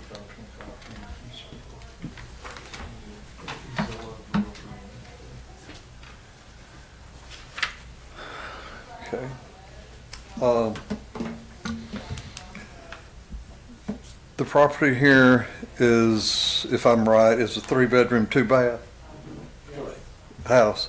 1,677 square foot, single-family residence located on Kingsview Circle in Macon. If you'll go to the next page, in back here with my comps and everything, I have pictures of the houses and everything. We started off, it's 1,600 on the subject property, it's 1,677 square foot, valued at $72 a square foot. Effective year built, 1993 is the year built, 1995 is the effective year. The condition is average, it's 1 to 5 grade house, 2 bathrooms. We have a garage carport valued at $10,098. An accessory building of $1,161. Final value of it is $131,738. Their increase from last year was, again, we did a 20% increase across the board. Their value went up 16.2% for this year, which is, for most of the time, and I've looked at, even though it's 20%, if a house has any depreciation at all, it's usually between 13 to 16. Newer houses, like a 2008, 2009, some of them they got a 17 or 18% increase. Tom, did you pull that address up on the thing? Zillow has this house, what they think it would sell at. We have it at 131,738. Zillow has it listed at 191. Realtor.com has it listed at 155. Redfin has it listed at 170, 465. But I'm just, we're not the only ones who think it's worth what we're saying. Our first comparable is at 115 Jessica Lane. I did it was a more expensive lot. It was $14,645 on the lot, subtracted $9,000, so I had to take $5,645 off. We have it valued at $139,894. It's sold in July 14th of 2022 for $246,000. It's 1,556 square foot. We have valued $80 a square foot. Because it's less, it's a smaller house, I had to add $9,680. The effective year is, we had it built in 2004, effective year of 2007, so I subtracted $12,000 because it's a newer house. The grade's the same. The garage carport, theirs is I think the Curtises have a garage. These people actually have a carport, and so I had to add $4,563 to make up the difference there. I made a $960 adjustment because they only had a $201 accessory versus the Curtis's $1,161. Came up with a $2,442 adjustment there for a total value of $137,452. The next house was on Gerald Plantation. I had to make a $3,000 adjustment there because it was a smaller lot. It's valued at $95,548. It sold in July 28, 2022 for $160,000. It's only a 1,372 square foot house. We have it valued at $65 a square foot. I had to add $19,825 to make it comparable. It's an older house, built in 1985, an effective year of 88, so I made a $7,000 adjustment there. Both of them average condition, both of them 105 grade, both of them 2 bathrooms. It had no carport or garage, so I added $10,098 there. It had a $972 accessory. The difference there was $189. Total adjustment there is $41,004. But the final value with the land is $136,552. The last comp is at 3014 Graham. It was a bigger lot, so I made a $17,706 adjustment there. We have it valued at $124,593. It's sold in September 8th, 2023 for $200,000. It's a smaller house. It's only $1,320. It's valued at $74 a square foot. I had to add $26,418 to bring it, make it comparable. It was a newer house, 3 years newer. The effective age was 3 years newer, so I subtracted $3,000 for that. Both of them 105 grade, both 2 bedrooms or 2 bathrooms. The garage there, I think they had a carport, so it was only $5,535. I subtracted that from the $10,098. I made a $4,563 adjustment. Their accessory was only $452. Subtracted from the Curtis's $1,161. Made a $709 adjustment. Total adjustments were $10,984. Final value with land is $135,577. These are all pretty close there once I've made all my adjustments. The subject property is a 3-bedroom, 2-bath, single-family residence located on Kingsview Circle in Macon. After adjustments to value, comparable number 1 with an adjusted value of $137,452 has the smallest amount of adjustment, a negative $2,442, and is therefore the most comparable. We feel our assessment is fair and uniform, and that our assessment should stand. Our final opinion of value is $131,738, and we recommend no change. I have a question. Yes, ma'am. Okay, so I know where Kingsview Circle is. I also know where Graham Road is. Gerald Plantation, is that out 18 West? It is. Okay, because I live out that way. Where's Jessica Lane? Jessica I'm Lane. not familiar with Jessica Lane. Let's see. Do you have it, Tommy?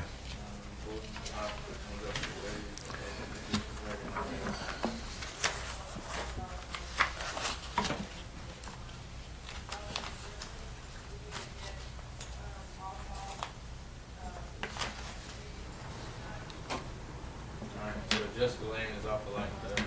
Off It's of off Light line Time. time.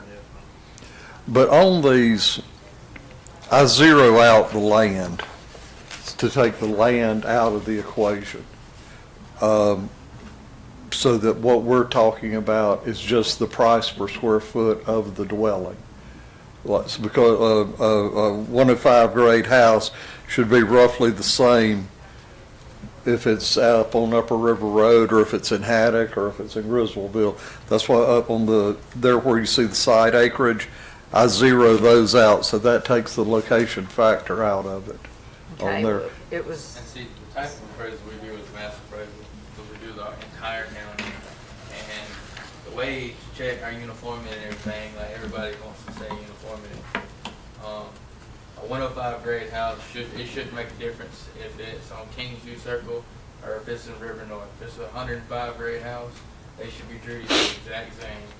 And the location and stuff, it does play a factor into the land, and it does play a factor into the overall appraisal.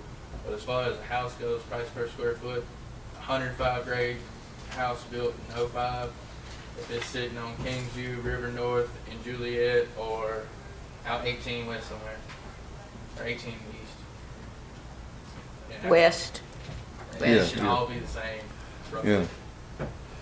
But, and I mean, I'm not playing devil's advocate or anything, but if I sell that house in Kingsview versus if I sell that same house in River North, Yes, ma'am. I'm gonna get a whole lot more money. I mean, Yeah, so and- I'm just asking for the, and- asking you to explain that to And me. in that, that comes in on the land values. There, you see on some of them, on the one on Graham Woods, I subtracted 17,706 on that there. So we're just comparing the house itself value on it there. But like I said, I showed, when I pulled up, Zillow has this house listed 191,000. Realtor.com has it 155,600. Redfin has it at 170,465. And all these other houses, the first one, the one on Jessica Lane, sold for 246,000. The one on Gerald Plantation, which was a lot smaller house, is only 1,372 square foot house. It sold for 160,000. The one on Graham Road sold for 200,000, and it's 300 and something square foot less. Again, different location. But yes, ma'am. But I'm going by the square foot of them. Okay. You know what I'm saying? But I made adjustments on the land on those for the location. What we do is we do the improvement itself, the actual house itself, and then we zero out the land where the land doesn't have any effect on it. Like if we gave it a neighborhood factor or anything like that, it would be on the land value. They're in a land neighborhood. Okay. Do you have any questions or anything? No, not really. Okay.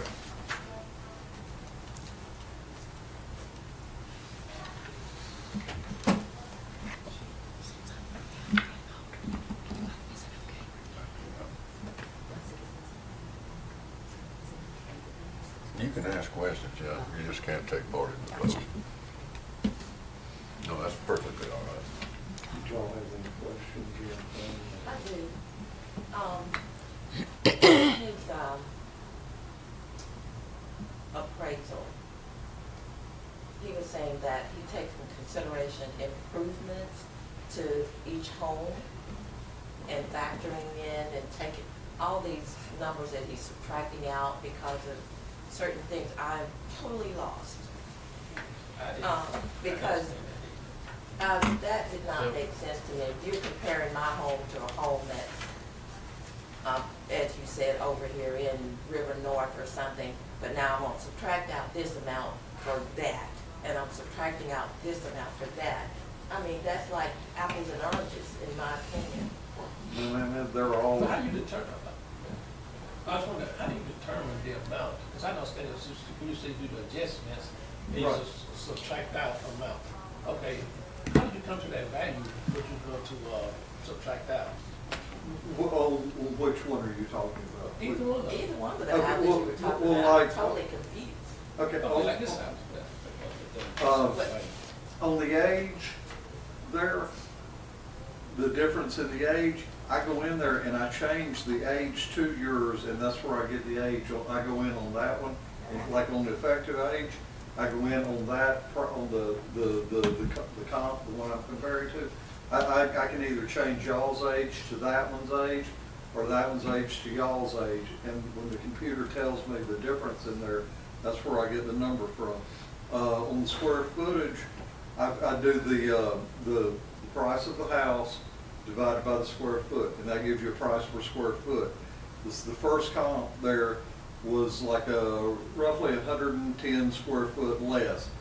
It was a little higher per square foot at $80, so there was $100 something square foot difference times the $80 gave you the $9,680. The effective year, y'all's house was built in 1993. It had a 1995 effective year. This house was built in 2002, and it had a 2007 effective year. You couldn't find something a little bit more comparable and comparable to our home? That Number house 3. sounds like nothing of our home. That's not a good comparison in my opinion. And why are you using Zulu and all these other? I'm just showing, they list Right, but houses that's for not, value. that means nothing when the appraiser comes to your home and you're getting an evaluation, a physical view of the inside. Somebody might have 30-year-old carpet, someone else might have hardwood floors. All of these things are not visual, and none of these things that you're all these computer things, they can go in and put anything they want. But when you're selling, actually getting ready to sell, that's a physical, visual That's the only way they can do it. And I think you need to have more of a visual appraisal. We don't, doing the mass appraisal thing like we have to do, we don't go in inside of anybody's house except while it's being built. And I don't know if they got inside of y'all's particular house while it was being built, because I know before I got here. But other than while it's being constructed, the only time we go in is if you file an appeal and ask us to come in, or you file a return and say you got problems or something, then we'll go in. But other than that, our whole basis of appraisal is done from the outside. It's like if you get a bank appraiser to come, they're gonna come measure the inside more than likely, to where everything we measure is done from the outside. And a lot of times, somebody will have a bank appraisal, and we'll be 100 square foot difference, but it's the difference between the inside and outside measurements. And that's the thing, it's like, But wouldn't it be more comfortable to take a home that's more They level it all out. than all of these subtracting, adding something that's more in line with our house, to have a better appraisal? it would be, and see, in like Hampton Lakes, which is off 49, that's easy to do, because you've got all those houses in there that are the exact same, to where subdivisions and areas like y'all, they do have houses that are similar, but none of them are the exact same. So regardless if we get the house next door to y'all, we're still gonna have to make some kind of adjustment on it, so it's not the exact. I'm always concerned that, like I said, it's geographic. Like This is the if you have, you know, 5 houses that real north, yes, I can see it, the difference work there. But there's different consideration that if I'm trying to say, I'm selling it off Jones Hill in Kingdom Circle. Yes, sir. So quite naturally, I'm not going to get the same amount I would for it if I was selling that same house out at, River North. Yes, sir. It's in geographic, so that would be taken into consideration. That's why I took those pictures. Because, this is the location, this is What reality. you're actually working with. Yeah. Right. And that's not anything compared to, and how far are these houses from us? So, I don't even know the neighborhoods. What I did is I go through and pick up sales, that have been done, and, I just grab the sales that have been done. And these houses are, when I do the side acreage, the land, where if they're more valuable or less valuable or whatever, that takes the geography out when you do that, because all we're doing comparing here is the price of the building itself. The land, it takes it out. Land's more valuable in River North, is not as valuable in y'all's area, but I zeroed that out where that has no factor in it. All we're doing here is the value of the house itself and everything, and they're all 105 grade houses, which are roughly the same. A grade is a measure of the quality of construction and the materials used. So they are all comparable houses, and like I said, we removed the geographic factor by zeroing the land out. Y'all's land was $9,000. This house was $14,000, so I subtracted $5,645. This one's only $5,000, 108. Y'all's was $9,000. I added $3,892. This one was the land value was $26,000. It was the one on Graham Road. It had the land value was $26,706. Y'all's was $9,000, so I subtracted $17,706. That takes the land value out, where all you're comparing is the house itself. And they're all 105 grade houses. They all have the same amount of bathrooms. And I'm from a low of $65 a square foot to a high of $80. Y'all's is 72. The next one is $80 a square foot. The next one's 65. But it was a lot smaller too, and older. And then the other one is $1,320. But they're all roughly the same price per square foot. I could have broke it down even more and went into which had the open porches and decks and all that. I mean, you can make it as complex as you want to. But the main thing is, these are all very comparable houses. They're all 105 grade houses, same amount of bathrooms. And if you look at the sales numbers, there, houses have went up. Y'all only went up 16%, 16.2% last year. We did a 20% increase across the board because of your depreciation. You have an effective year of 1995. You didn't get the full 20% increase. You got a 16% increase. I mean, I feel that we're fair and uniform.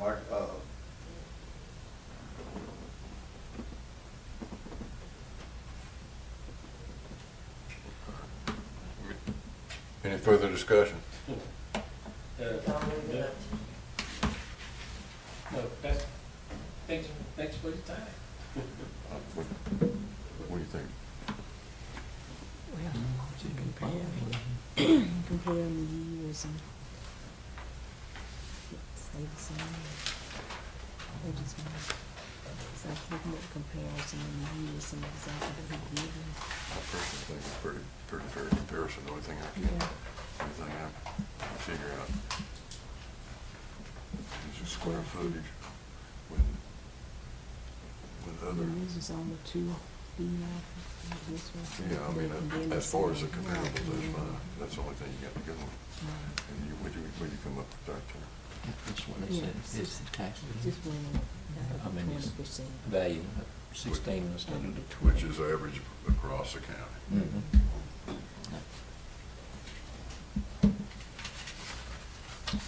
So everybody agrees with this figure here? Yeah. Oh.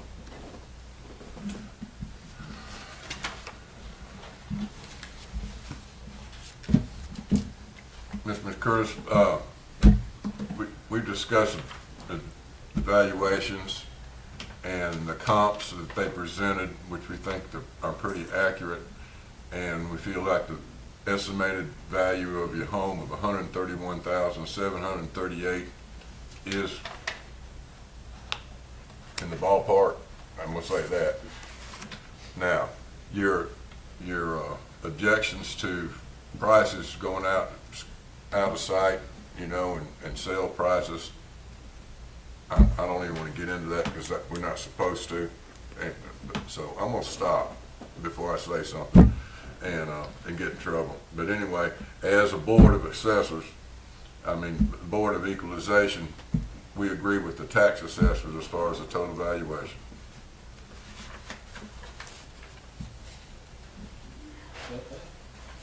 Yes, ma'am. I do have a question. Can we ask for a physical walkthrough of the appraisal for our home? In the appeal? You can get an appraisal, personally, you can get an appraisal and have that on record if you appeal or go to the Superior Court. Do you have issues you want us to look at? I mean, is there? I do want you to come out and physically look at the house, since you're not looking at anything going around the property, you know, the gutters and all these things that on the street that are not in workable condition. The physical house itself, and see if you still come up with the same numbers that you're doing now. I did hear that you all could do that if requested. Well, that's why I asked y'all when y'all filed if there was anything, you know, if you wanted to show me anything. But that was with the ignorance of the fact, I was not considering that all you're doing is looking at pictures that are, you're saying are comparable to our home. We want you to come out and physically look at it and see if that's the same number, because, I don't, What, at the beginning of the year, if y'all come in and file a taxpayer's return, we'll be more than happy to go out there, come in after January the 1st. I can't do anything position. You don't have to file taxpayers' return. Just call us at the beginning of the year.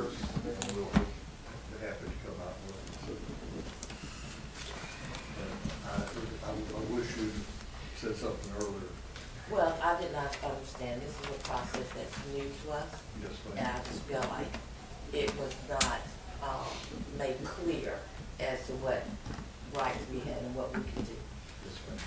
So just call us after the beginning of the year, and we'll be more than happy to go out and look and address any concerns y'all have. And we can appeal this, correct? That's correct. You can appeal this to the court. Yes. Right, right, thank you.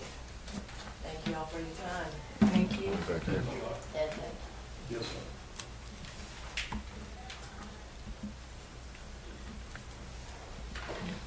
Private appraisal. Yeah, but that's. Move to the 20th. Where did I see Mr. Come down to Daryl Howell and Melanie Howell. Well, we're on the old schedule anyway.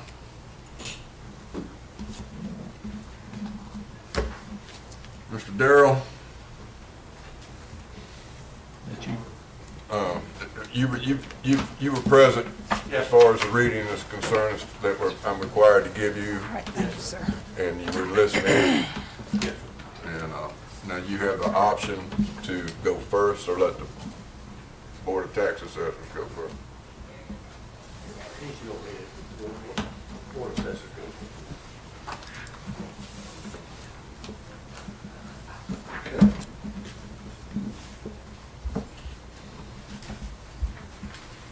This also has a trailer that, do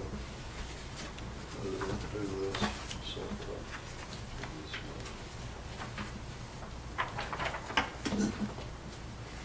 Question? Okay. I don't know how much material he wants to go through as far as presenting the background and justification for the taxing, or would he just address my issues and leave off this booklet? I got a doctor's appointment, the reason I'm saying this. Now, if he needs to, if he just wants to rebuttal what I say, that's great. Well, I know you've been sitting here a long time, Mr. Howard, and there might be a rebuttal. What time is your appointment? 12. You want to reschedule? I would have, we talked about that already, and I just thought it would move a little faster, because they told me it was 10, my appointment was at 10:30. Right. So if we have to do what we gotta do, that's fine, but I didn't know if he just would just rebuttal what my objections are. I have no idea, Kim. How would you do about that? How long are you gonna take to make the presentation? 5, 6, 7 minutes. Okay, we can make part of that. Yeah, I'll go ahead if that's good then. Then go ahead, Joe. Okay. Harold Howell, 868 Stallings Road.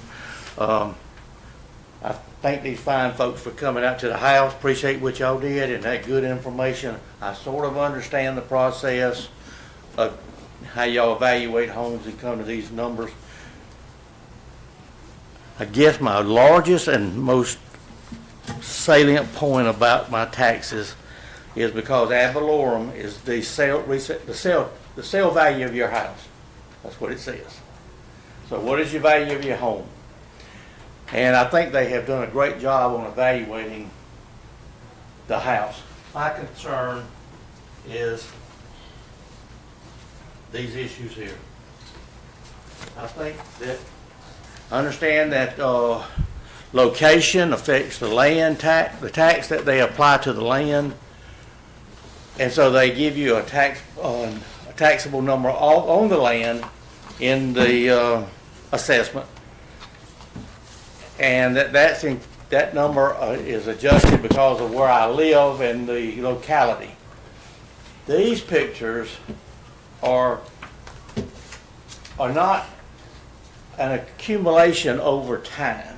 In other words, I didn't just pick the worst examples I could find over the last year or two. These were taken yesterday. And I could have taken, I addressed this with, tell me your name. Bill? Bill. Thank you, Bill. I addressed this with Bill back when I filled out the form to have an reassessment.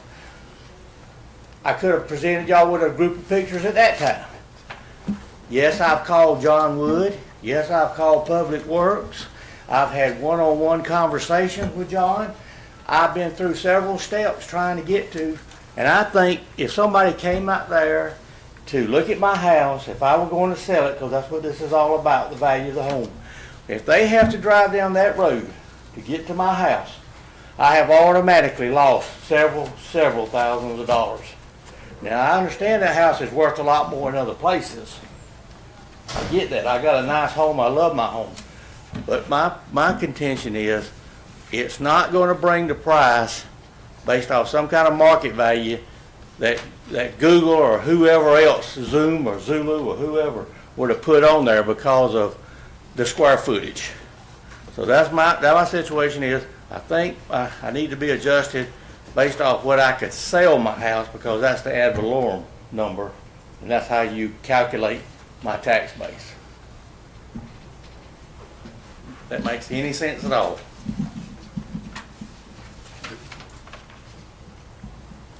Yeah, that makes sense to me.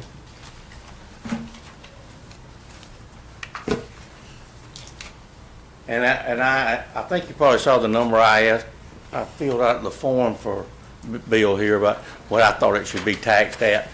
Look, y'all may have that number, I don't know, but that was a spur of the moment when we talking at the tax office over here. That's the first number that came to mind. But I do feel like I need to get my tax adjusted. I think I only had like a 9% increase, didn't I, Bill? You had an 11.3. Oh, 11.3, okay. So,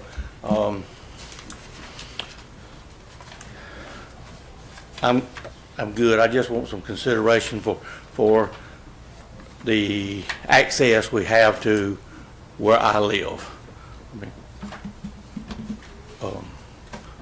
we had to have a culvert put in there because the road was almost complete. You couldn't get the school bus and another car past one another at a creek culvert there for a while. Bless his heart, John finally got that fixed for us. But it's a situation out there, and I just want some, if it was okay, if it's consider giving us some compensation on the value of the assessed on the house. And thank y'all for what y'all do too. Okay.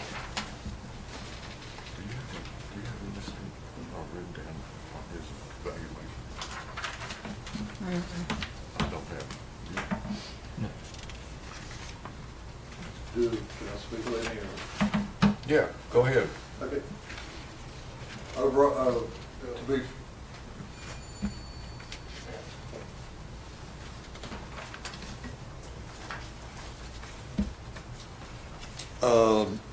like I said, you know where we are. We're supposed to be at 40% ideally. We can be between 36 and 44. Last year we were at 32.9. By state law, we have to do what we have to do. On Mr. Howell, we went up 20% across the board on everyone. That's fair and uniform on everyone. With his depreciation and everything, his went up 11.3%. I mean,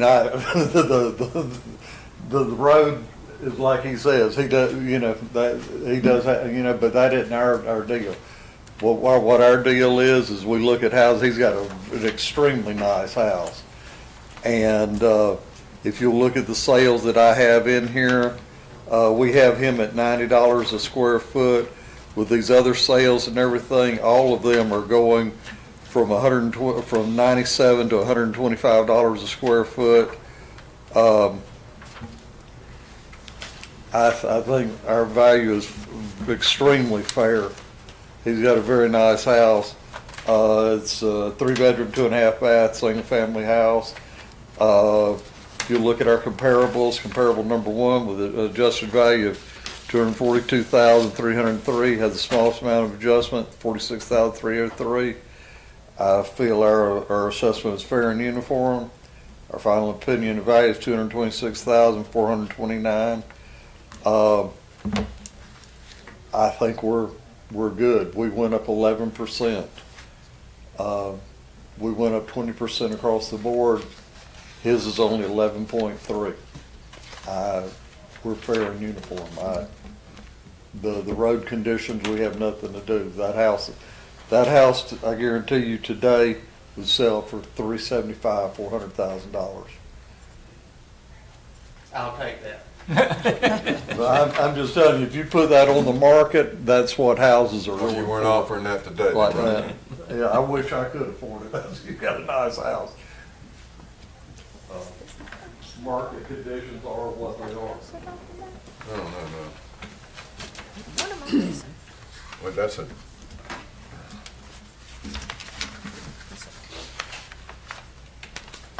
We have it at $90 a square foot. To build that house today would be $200 a square foot.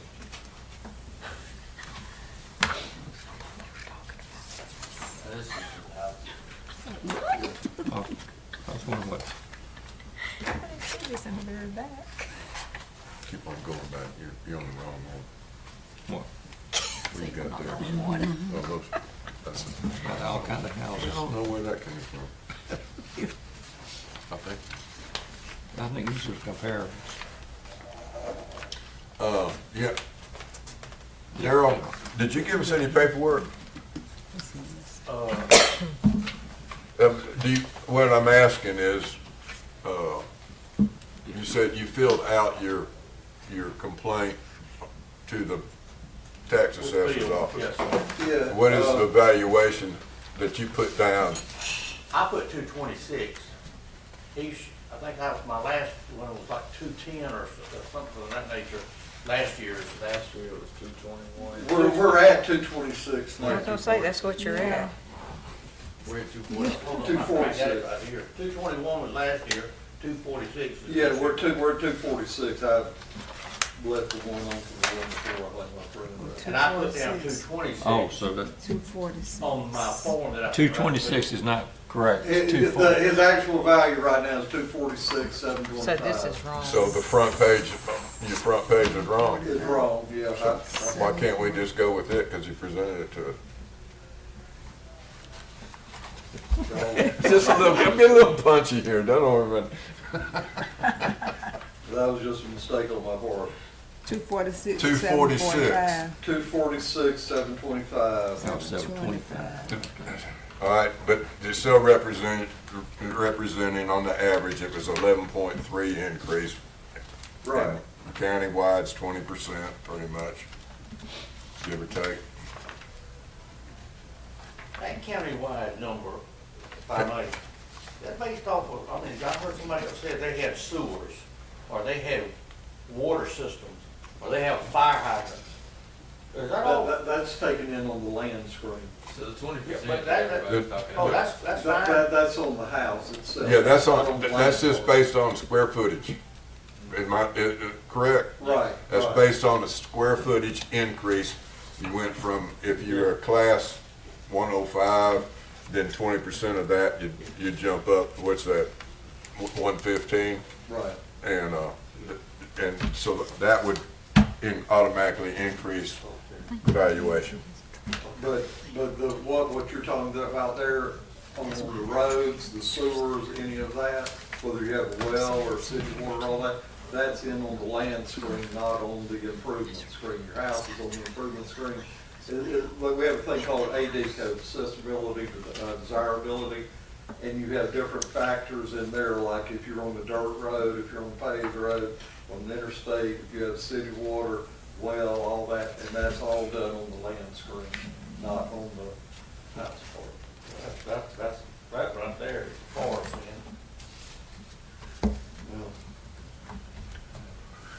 All right. Any other, I'm good, I just wanted compensation for the road and. Right. Yeah. And value of the property. We can't do that.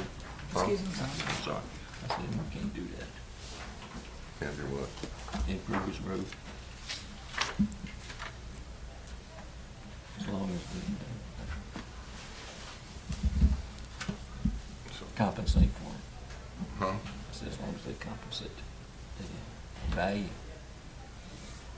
by taking out the conditions in the house itself, so they stand along with this house and this house. It's right where they're supposed So no change, no change. Deborah? As long as it's this value, not the one they have. You just made the correction. Yeah, I did. 2.6725. All right, Mr. Howell, thank you for your presentation. The 246,725, is that the current valuation that the tax assessors have had? I just And what- wrong piece. And through our discussion, we unanimously approved the Jones County Tax Assessor's valuation. All right, thank y'all. Appreciate what y'all are doing. You need this back? I'm equal, yes. They take them straight, Take 'em to your straight down to City council Council or Road county, camp, work camp. county I went over there too, commissioners? yeah. Okay, thank y'all. Have you heard from Freddie Stewart? No, sir. Is I that the called, Freddie Stewart? That's so and bad, they it's do like not, Freddie Stewart. they don't, undoubtedly they don't have an answering machine. Nancy told him Because Freddie I can't Stewart. leave a message. Right, And I tried there's calling him always an yesterday answer. myself, and I couldn't get hold of anyone. So he may So know. what is this right here? That's part of. I don't know, that's, He has a That's- trailer sitting on that land, obviously. So it's Nobody 9 even acres of mentioned it. land. And that trailer sits on it, because if you look at the thing he gave you, it's in with it as well. So, true. Tyrone's, So Freddie Stewart, he didn't show, See, Tyrone He does. Clemens. you got the That's right. the trailer and the house are on here. No after show. lunch. Next, after lunch is, Tyrone. I thought it was 11:15. yeah, mine says 11 o'clock. Did that change? Mine said 11:15. Oh, Tyrone's 11:15. No, you're handling.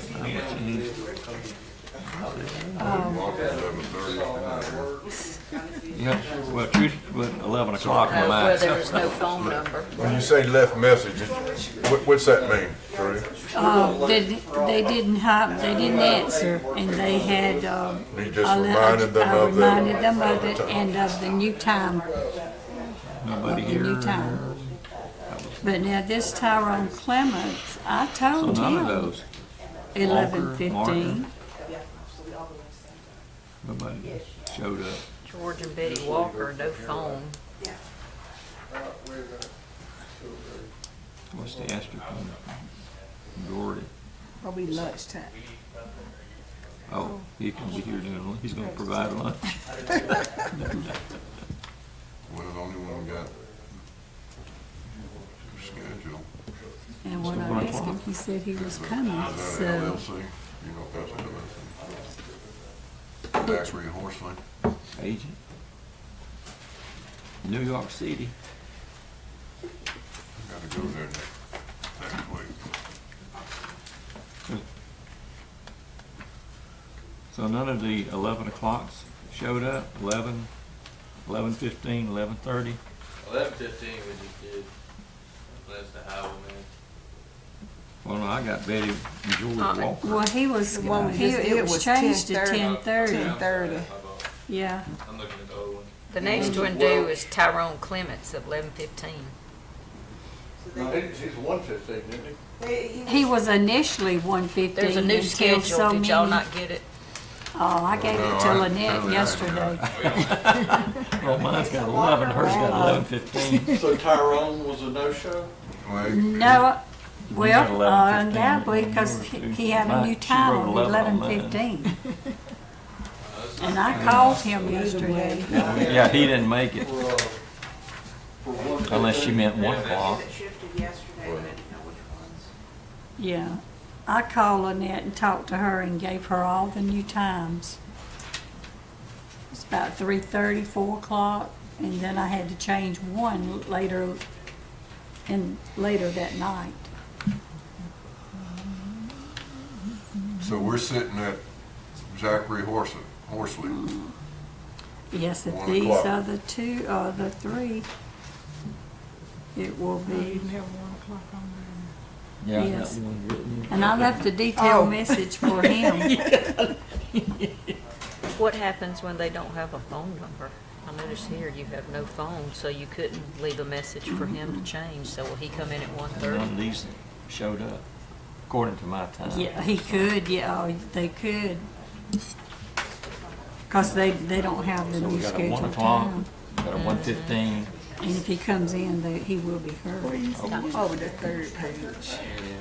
But And that's a the thing 1:30. about all this, And that's they, it. you give them numbers, We got 3 more. and then hours later, you got some, oh, well, we had 3 to come on and change the time. As long as it take. I got to Some pick of my these people granddaughter have up from talked to you 3 school. times.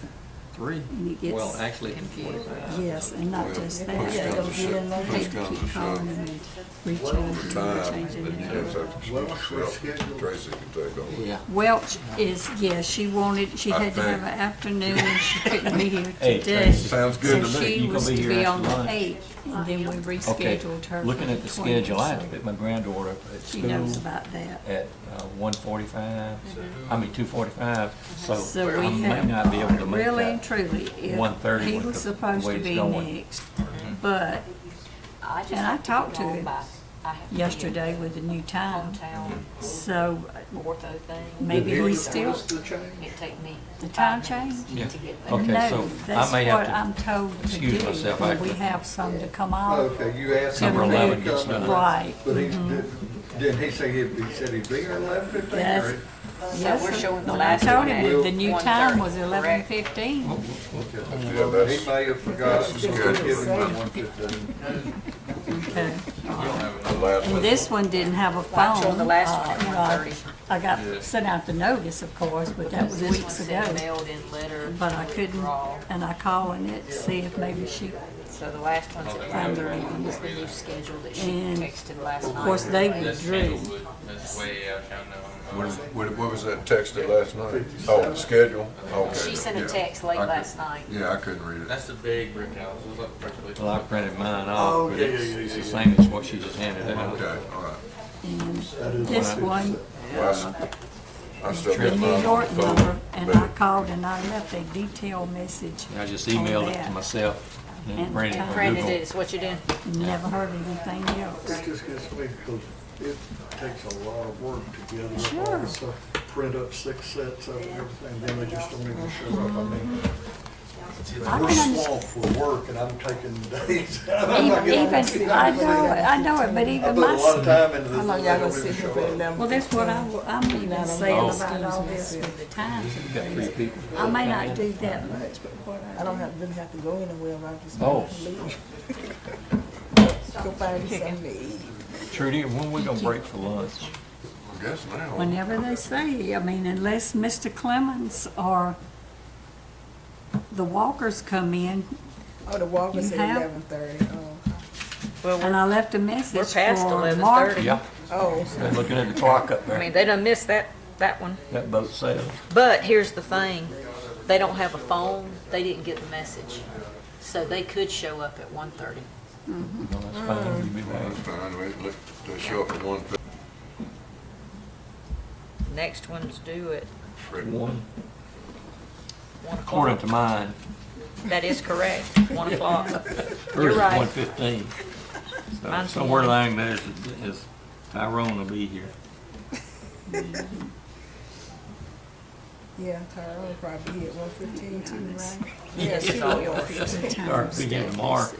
I wish there was a better way to do himself? that. Mm-hmm. Because it's subject to change at any time. So,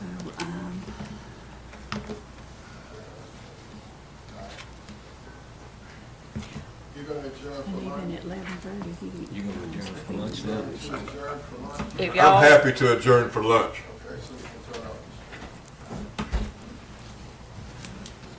I forgot about About the the bill.